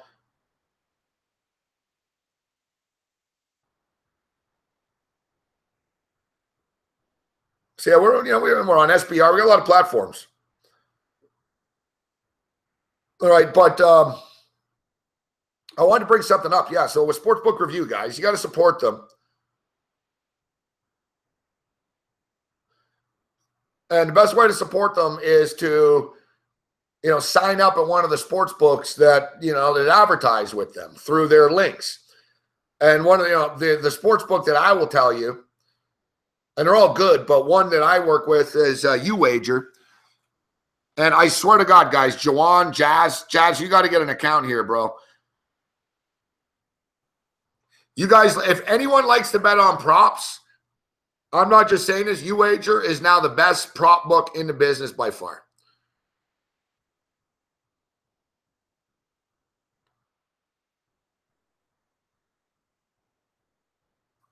No, I'm pretty good, Nolan. I don't accidentally swear, no. I'll be honest with you, I didn't mean to say dick on TV yesterday. But no, I'm good at turning it on and off. Yeah, so with you, all right, Nolan. So check out YouWager. And now that you're signed up, look on YouWager and look at the build your own prop. This was a thing they've been pushing for a couple of weeks now, and it's finally ready. It's fucking awesome, man. It's insane. It's fucking insane. You know how we always kid about, on England, you can walk in and just name your bet? YouWager is letting you name your bet. It's fucking nuts. I sat here like with my jaw open for an hour today, figuring it out. It's a little tricky. You got to, it's a new concept and shit. So, but so basically, all right, let me give an example here. So let's say like Thursday night football prop coming up here. So like Jay Ajayi, his over-under prop is 72 rushing yards. But you think Jay Ajayi is going to rush for like 180 yards. So, like we always talk about this, you bet a prop. You're like, yeah, we already won the prop. Oh, man, imagine if we could get paid if you had 9 catches. So, like a good example is last night, Zach Ertz, over under 5.5 catches. You can set your own prop. It says Zach Ertz catches. Name your number. So you punch it in. You're like, I don't know. What will you pay me for Zach Ertz if he catches 9 catches or more? You punch it in, and it spits it out instantly, plus 500. And I did this randomly today. I'm like, all right, LeBron James over under this. And then get this, you can go head-to-head with any prop you want. You can bet over-unders, head-to-head, so you can parlay them, fuck. It was blowing my mind. It's like the future of gambling has arrived. So basically, you can say, okay, I think that Damian Lillard is going to have a bad night tonight. So, let's say that, some scrub on the team's going to – Aminu's going to score more points tonight than Lillard. They'll give you odds for it. Any fucking player, guys, you just punch in the name, and it'll spit out an odd for whatever prop you want. So, like, you don't have to. So, let's say you say, okay, I think this quarterback's going to throw for 500 fucking yards this week. What are you going to pay me for 500 yards? Punch in 500 yards, it'll spit a number out and pay you to bet. It really is what they have in England where you can walk in and name your own bet. The YouWager is the first book that I've seen ever do this, for real. Bet365 has the scorecast and name the score and shit and the sliding scale. Pretty cool. But YouWager is taking this to a whole new level, man. A whole new level. I'm blown away. I lost my money in YouWager, fuck. So I don't have any money there right now. I'm going to put some money in there next week. And I can't wait to fucking start building my own props, man. As a prop player, I'm fucking stoked.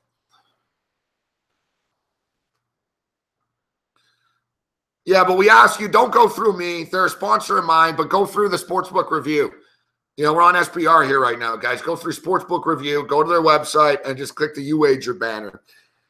Look, all the Sportsbook Review books are good. They all have their strengths and weaknesses, but I'm telling you, if you're a prop player, check out this prop building shit. It's fucking awesome.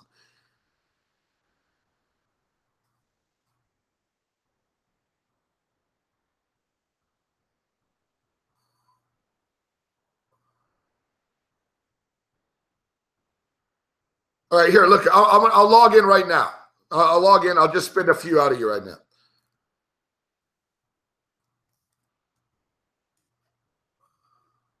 Because, most books are all the fucking same, right? Like, these guys really just differentiated themselves from everybody in the industry. Like, I'm not just saying this. Like, they really just differentiated themselves. Here it is, prop builder. It's right. They're trying me new prop builder. Be the bookie. Create your own props. All right, let's do it. I'll do it live with you here. Right? You guys get a little feel for it. I wish I had it on the screen and shit. I could do the screen share, but I don't know. You're going to see my account and all that, and my name, and I don't want that shit. All right, sport, NFL. Okay, so right now they only have the Thursday night game up. Okay, so passing yards. Let's just start with passing yards. Joe Flacco. Okay, so every sports book out there is going to have a Joe Flacco prop. Over under 228 passing yards. And pretty impressive, YouWager, that you have your prop up already. Most books don't have the props for Thursday night up yet. They do. So you got Joe Flacco, 228 yards passing. Let's say, you know what? I think Joe Flacco is going to have a big night. Fuck. But, you think to yourself, everyone thinks Joe Flacco sucks. He's going to have a big night. He's going to have a big night. Oh, this fucking Portland game's over. What happened?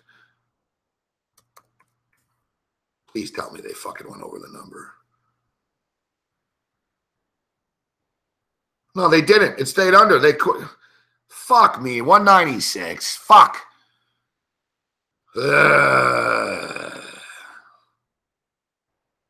right. Okay, so You bet the Joe Flacco. Let's say you're a Joe Flacco fan. You bet the over prop, but you're like, damn, I only got paid for the bet. He threw 500 yards. Fuck. Okay, so let's say Joe Flacco right now. They have it. All right, you think Joe Flacco? You want to pay up more? It's sort of alternate point spreads, but on props. Long story short, it's the best way of explaining it. You know, it's alternate point spreads, but on props. So, all right, Joe Flacco, you think he's going to throw for 308 or more yards? 4 plus 426. All right, I'll name it. Let's get crazy and let's do a big one. All right, add player, Joe Flacco, select statistic, passing yards. Okay. All right, at least 200 and at least 228 yards. Okay, let's get crazy here. So it's a little meter here. I'm punching it up right now. Joe Flacco, plus. Let's get crazy and let's say Joe Flacco throws for 400 yards. Fuck.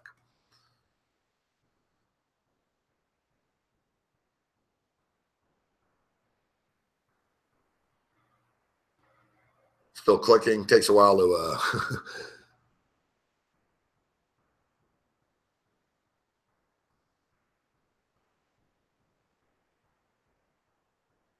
All right, Joe Flacco is going to throw for fucking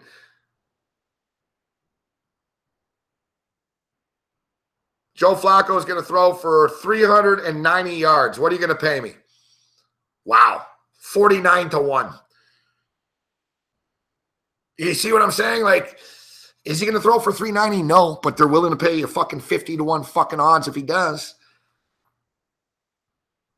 Great, eh? It's a great fucking form. Jay, let's go J here. All right, Nate, you guys name a prop. Build your own prop. Name a prop right now. Jay Ajayi. How many yards? Name a prop right now, guys.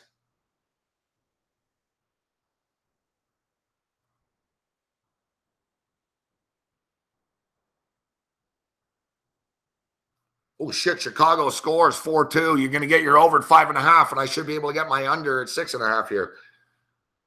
All right, somebody name a prop. Jay Ajayi rushing yards, carries, or touchdowns. So then name a prop here and give me a number for Ajayi. What do you want? Make your own prop.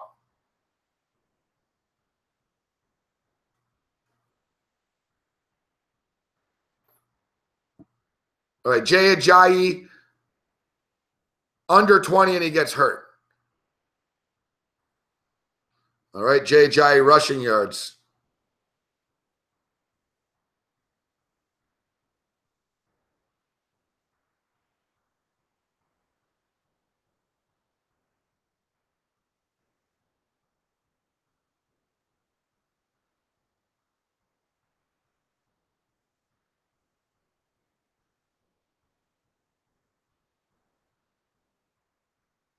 Over, under.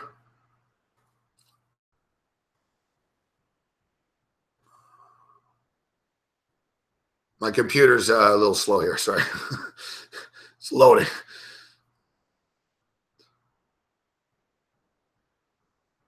No, there's not good value here. If you think that Jay Ajayi is going to have 40, they'll only go to 40 yards minimum.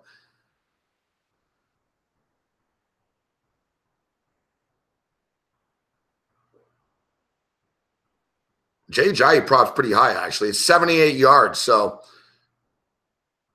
you got to pay up the ass if you think he's going to have it. It seems if you go on a negative, you don't get as good of odds. All right, let's say Jay Ajayi rushes for 200. Drew said 97.5 plus 146.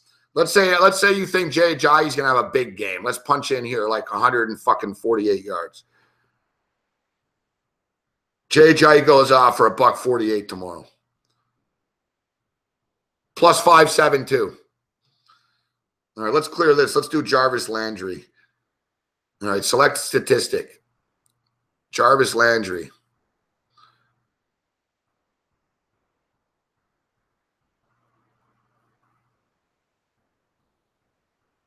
Oh, here it is. Over under. Okay. The over under is going to be available on Thursday. It says coming soon. You know, the game's still 2 days away, right? Oh, no, they're starting to pop up here. Here's Deshaun Watson. No, Joe Mixon. All right, yeah, they're coming up with the games. Here's LaShawn McCoy's. LaShawn McCoy versus Oakland. Rushing yards.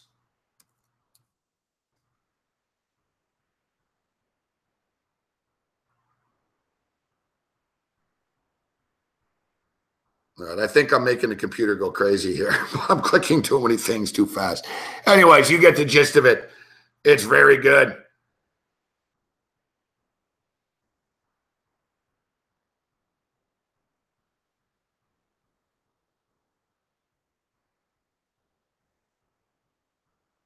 Yeah, I'm looking at that, John Willis. I know to the under, they won't let you do it. You're right.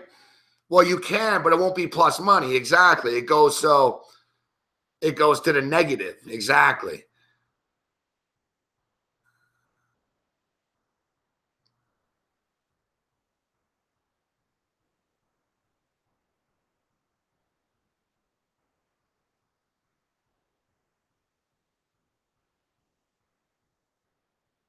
Carson Wentz 6 touchdowns. Yeah, like that's a good example. Like, it's a fun, it's a fun thing here they have going on here. 184 right now. Fuck, I thought the Jazz were look at this. They put 53 points up in the fourth. We're not all that far off, guys. Can we get 11 fucking points here? No.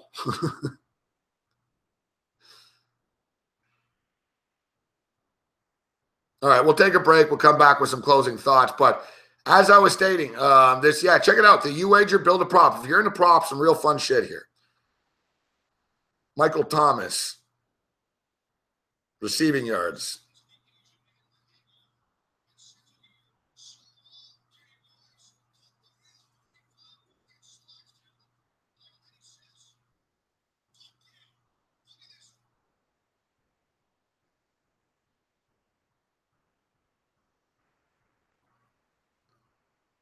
Yeah, check it out. YouWager.eu. Check out that build your prop shit. Do dabble with ProLine. No, I stay away from ProLine.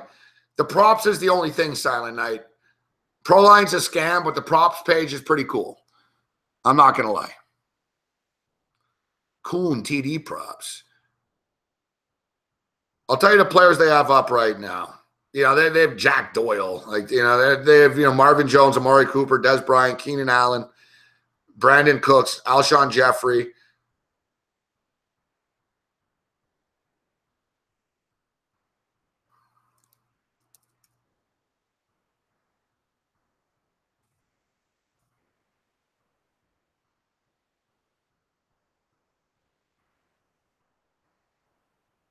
As I said, I think I need to reset. I think I fucked up the YouWager thing. They're spitting out weird numbers now. That's not right. It's a new system they have too, right? So it's almost like a test. You do like a mock draft to learn the site or whatever. Even though I don't have any money here right now, I'm sort of poking around. I'm looking. So quick picks. What do they have here? So they have passing yards, pass completions, rushing yards, rushing TDs, carries, receiving yards, receptions. They have different sports too. So here, NBA. They don't have anything for the NBA. They did earlier today, but it's overnight. Hey, for you soccer guys, EPL, fuck. No shit, EPL. All right, look at this. So Valencia. Player to be carded. All right, Valencia. Is Valencia going to be carded? Select a statistic. Shots on goal. Antonio Valencia, shots on goal. If he has one shot on goal, fuck, you get plus 350. 2 shots on goal, plus 1,100. So soccer, you can bet on guys' shots on goal props and shit. Like, these are the sports you can bet. You can create your own prop. NBA, NFL, EPL, Serie A, and EFL. The fuck is the EFL? What is EFL? EFL is like under the EPL, English Football League.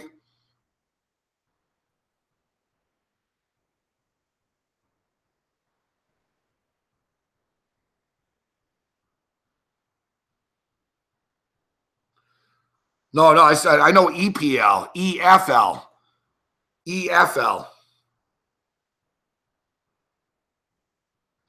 The props are great. No, come on, guys. You think I'm not stupid? You think I don't know what the fucking the EPL is? Come on, give me a little credit here. Give me a little credit. I said EFL.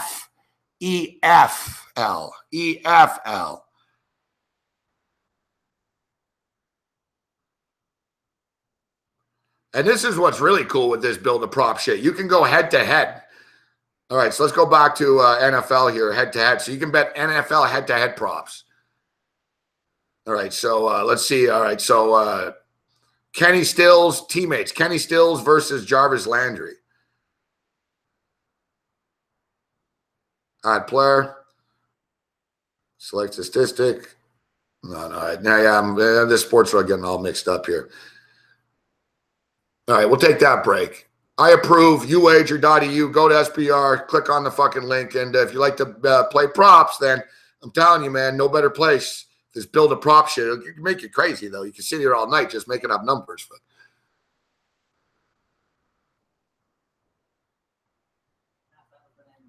We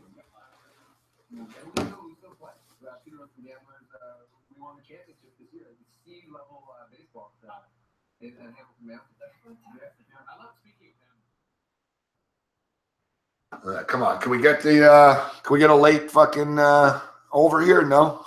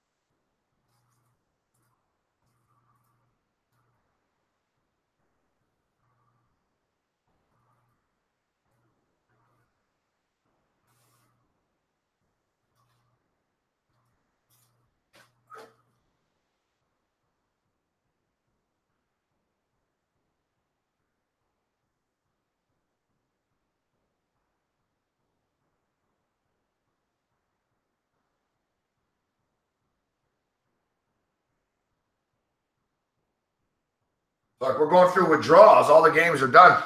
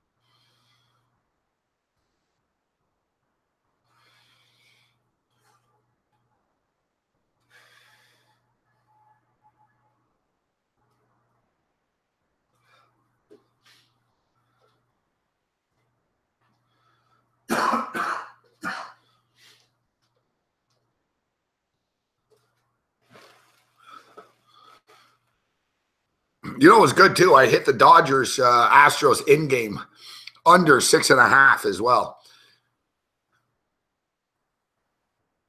All right, let's do the old refresh in the account. Fuck all those wins, eh? And fucking that's it. All right. Any unsettled bets? No. All right. All right. So for the late night degenerates, what do we have? Any New Zealand breaker action? Be great, hey, breakers. The breakers might be playing tomorrow or Thursday. Australian basketball is sort of Thursday, Friday, Saturday. No, midweek. It's a shit late night card. Oh, dear God, fuck. Really? You're going to do this to me now? Wow. Wow. The Sheba fucking Jets. You fucking cocksuckers fucking cost me the other night. We got some Japanese fucking BJ going on. The Sheba Jets are laying 6.5 against Lavenga. Dear God, fuck. You really got to do this, huh? I didn't know that. I didn't realize that these fuckers played on a Tuesday night. I guess it's Wednesday night in China or Japan. All right, Japan. Japan.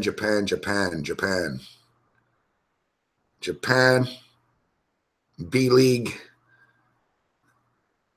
And it's actually, so this is their Premier League, actually. Sheba Jets 6-2.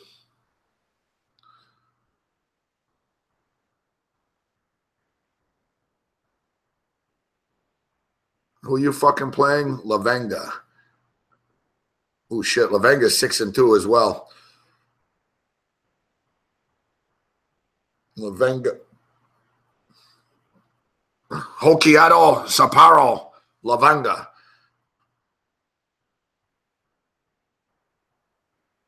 $85.79 against Nagita Albarex. Where's Nagita? $85.79. Thing is, I always have a fucking hard time knowing where this fucking games are being played. All right, basketball. Japan, B-League 1.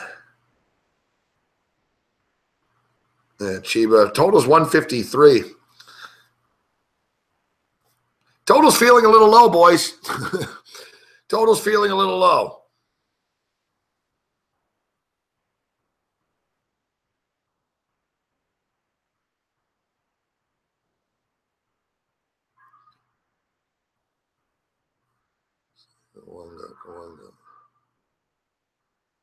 A little Japanese action here.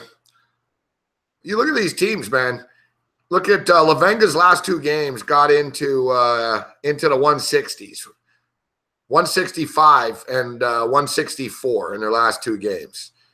Meanwhile, Sheba's last game, I got burnt on the over. I bet the over in their last fucking game, and it went under. 77-70. And the one before that, it was 84-68. Yeah, so it looks like fucking Sheba's an under team, actually. That's why this total's a little low.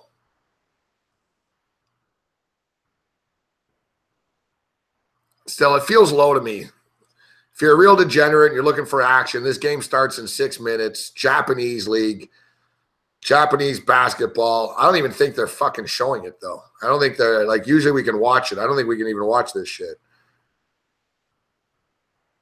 But it's never stopped me before. So, over 153.5. Nothing massive, but it's a late night DGen play.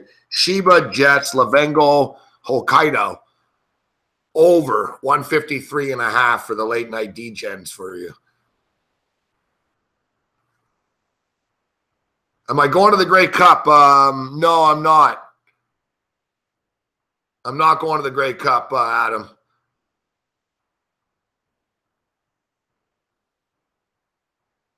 Autographed opinion of Grace. Who autographed what picture? I have an autographed picture, BB, of, in my opinion, greatest baseball pitcher ever. Who is it? Everyone who sees it, everyone who sees it gets it first.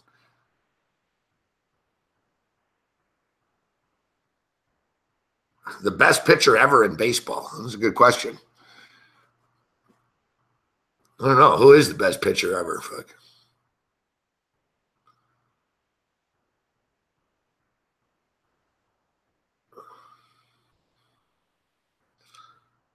It's a good question. Are you catching me off guard? I'm thinking best baseball pitcher ever. I don't know. I think there's a lot of like, big, great performers, but who's like, big game? Who's won the most games and all that shit? I know that's what I'm saying, Tom Marino. I thought Sandy Koufax, but Koufax didn't pitch long enough.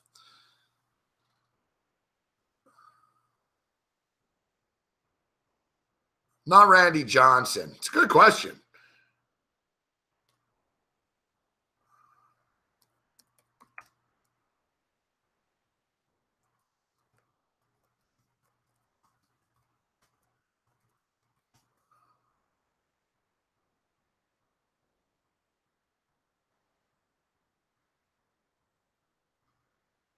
All right, here, let's see wins.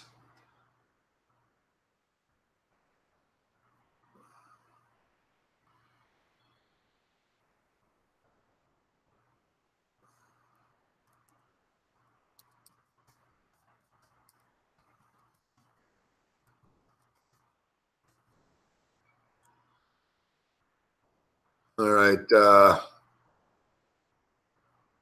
All right, here's a list just to help us out. It's late at night here.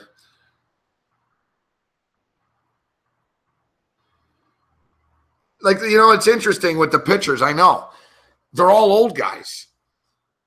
Cy Young is ranked number 1. He won 511 games, but whatever, man. Same shit. Walter Johnson. You guys didn't play against Cubans. You didn't play against black guys. Like, it's bullshit. Nolan Ryan ranked 3rd overall. 7 no-hitters, 5,000 strikeouts. Never won a Cy Young award. Christy Matheson. Holy fuck, guys. All right, Bob Gibson. I can live with Bob Gibson. Bob Feller. What's the final about Bob Feller? Sandy Koufax ranked 7th. Warren Spahn 8th. Randy Johnson 9th. Tom Seaver 10th. Wow.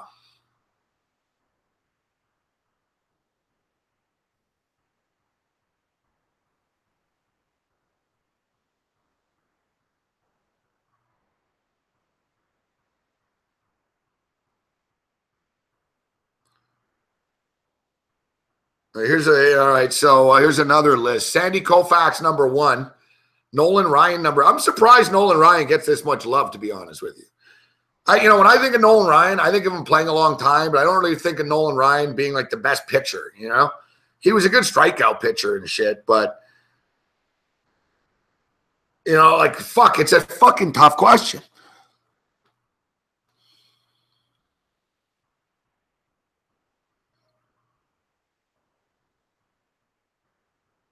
I mean, none of these modern guys make the cut.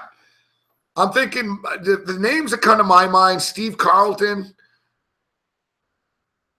Sandy Koufax, Don Drysdale. But Don Drysdale wasn't the greatest ever. He's real good. I don't know, like, who's the best modern pitcher? Fuck. Clayton Kershaw?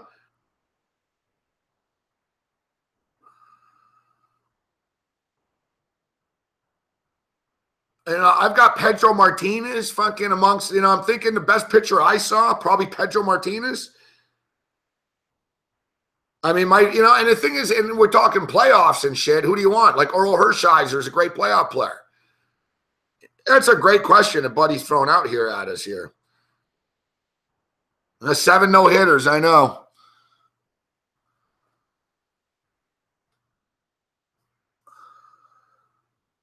Yeah, Roger Clemens, pretty damn good, huh? I'm fucking stoked at him. I know it sounds crazy, but I'm saying Clayton Kershaw. Roy Halladay coming to mind as well. Yeah, J.R. Richards, Houston Astros, of course. He had a stroke, unfortunately, Chris. You know that J.R. Richard lives under a fucking bridge in Houston? He's homeless.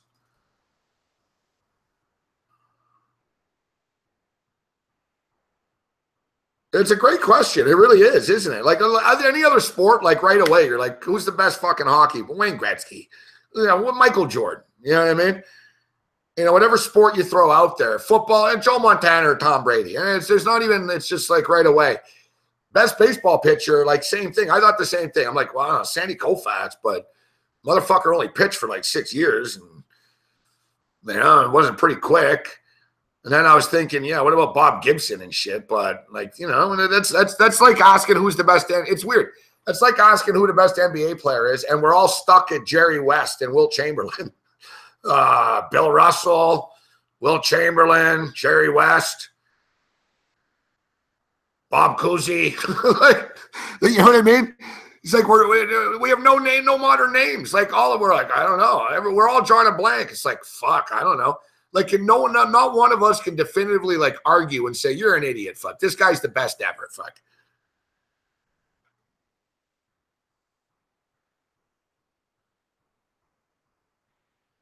Best UFC fighter of all time, John Jones. Best closer of all time, Mariano Rivera.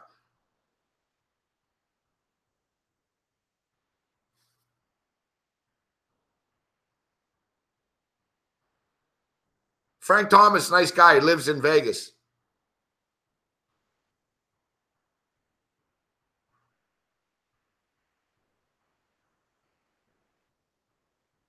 I think it is Kershaw. I think Kershaw might be the best pitcher ever. It sounds insane. I'm not saying this as a Dodger fan, but honestly, I mean, people can bitch about the postseason shit. The guy just won a World Series game. Like, if you look at Kershaw and what he's done, he set, like, best goalie ever, Patrick Waugh. Although Drew's going to disagree with that one. Well, George Hainsworth, fuck. George Hainsworth had 23 shutouts in 1 year, but they couldn't pass the puck forward in those days. Yeah, the Expos are coming back at him in a few years.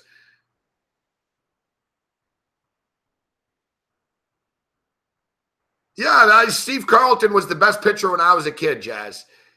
Like, growing up as an Expo fan, like, Steve Carlton used to just ruin it. Like, I was like, man, fuck this Steve Carlton guy. He never loses. Fuck. Fucking left-hander. Didn't talk to the media.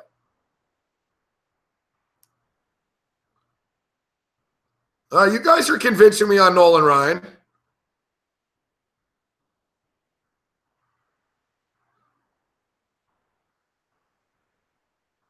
Best porn star ever, Amber Lynn. Best running back ever, Walter Payton. See, any other sport or position you guys ask me, I'm like, boom. My favorite Expo of all time, Vladimir Guerrero.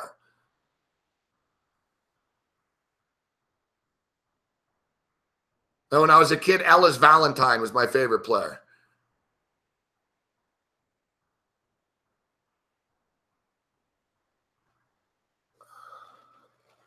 Best boxer of all time, that's debatable. Yes, Jazz is doing some research here on Steve Carlton. Yeah, you look at Steve Carlton.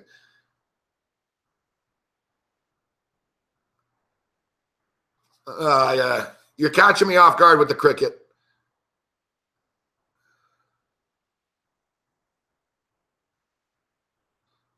The boxer, best boxer ever, Floyd Mayweather. Floyd Mayweather.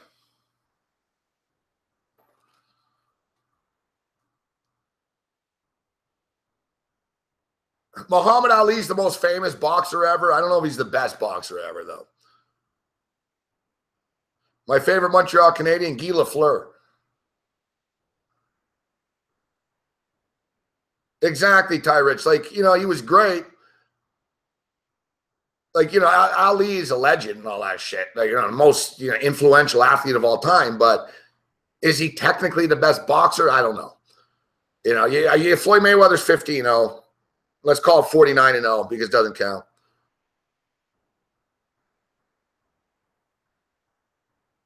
Sugar Ray Robinson, Rocky Marciano. But back to this pitcher shit. Let's nail this down.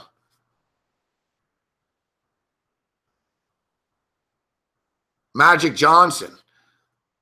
Magic Johnson, to me, is one of the best basketball players ever. Favorite CFL player of all time, Warren Moon.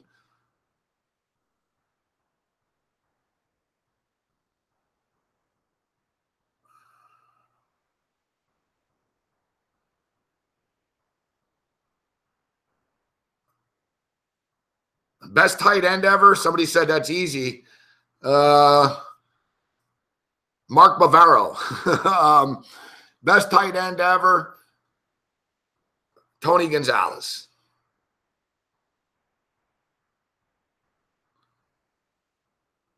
I'll agree with Tom Marino. Bo Jackson, best one I've seen in person.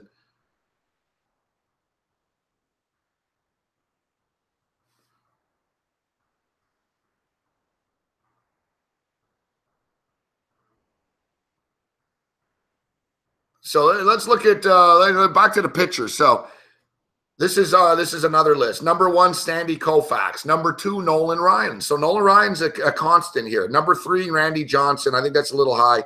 Cy Young 4.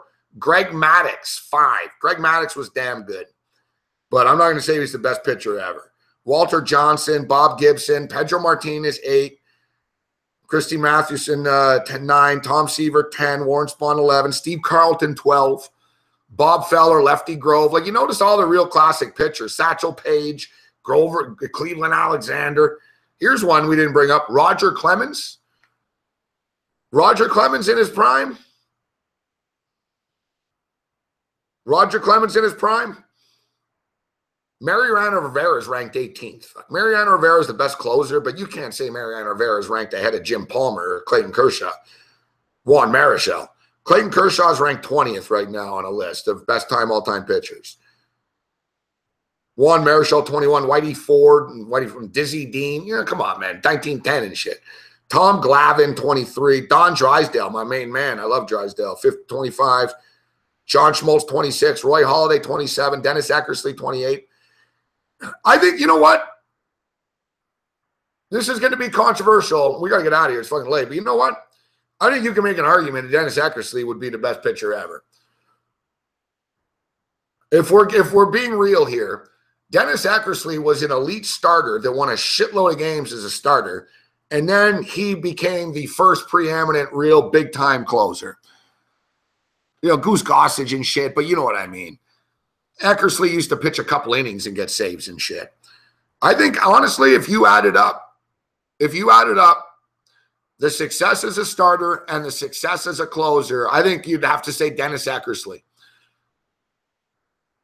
You know, you don't think of Dennis Eckersley as dominant and shit, but, you know, like, how can you argue with it? How can you argue with the Dennis Eckersley's success? I mean, we think of, you know, a lot of us think of, you know, Dennis Eckersley as a closer only, but I remember when I was a kid, he was a stud fucking starter and shit, man.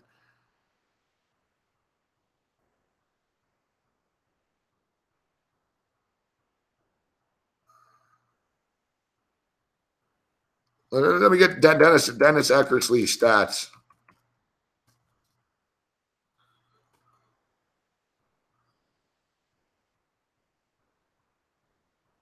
Dennis Eckersley's stats. Career, 197 wins, 171 losses. ERA of 3.50.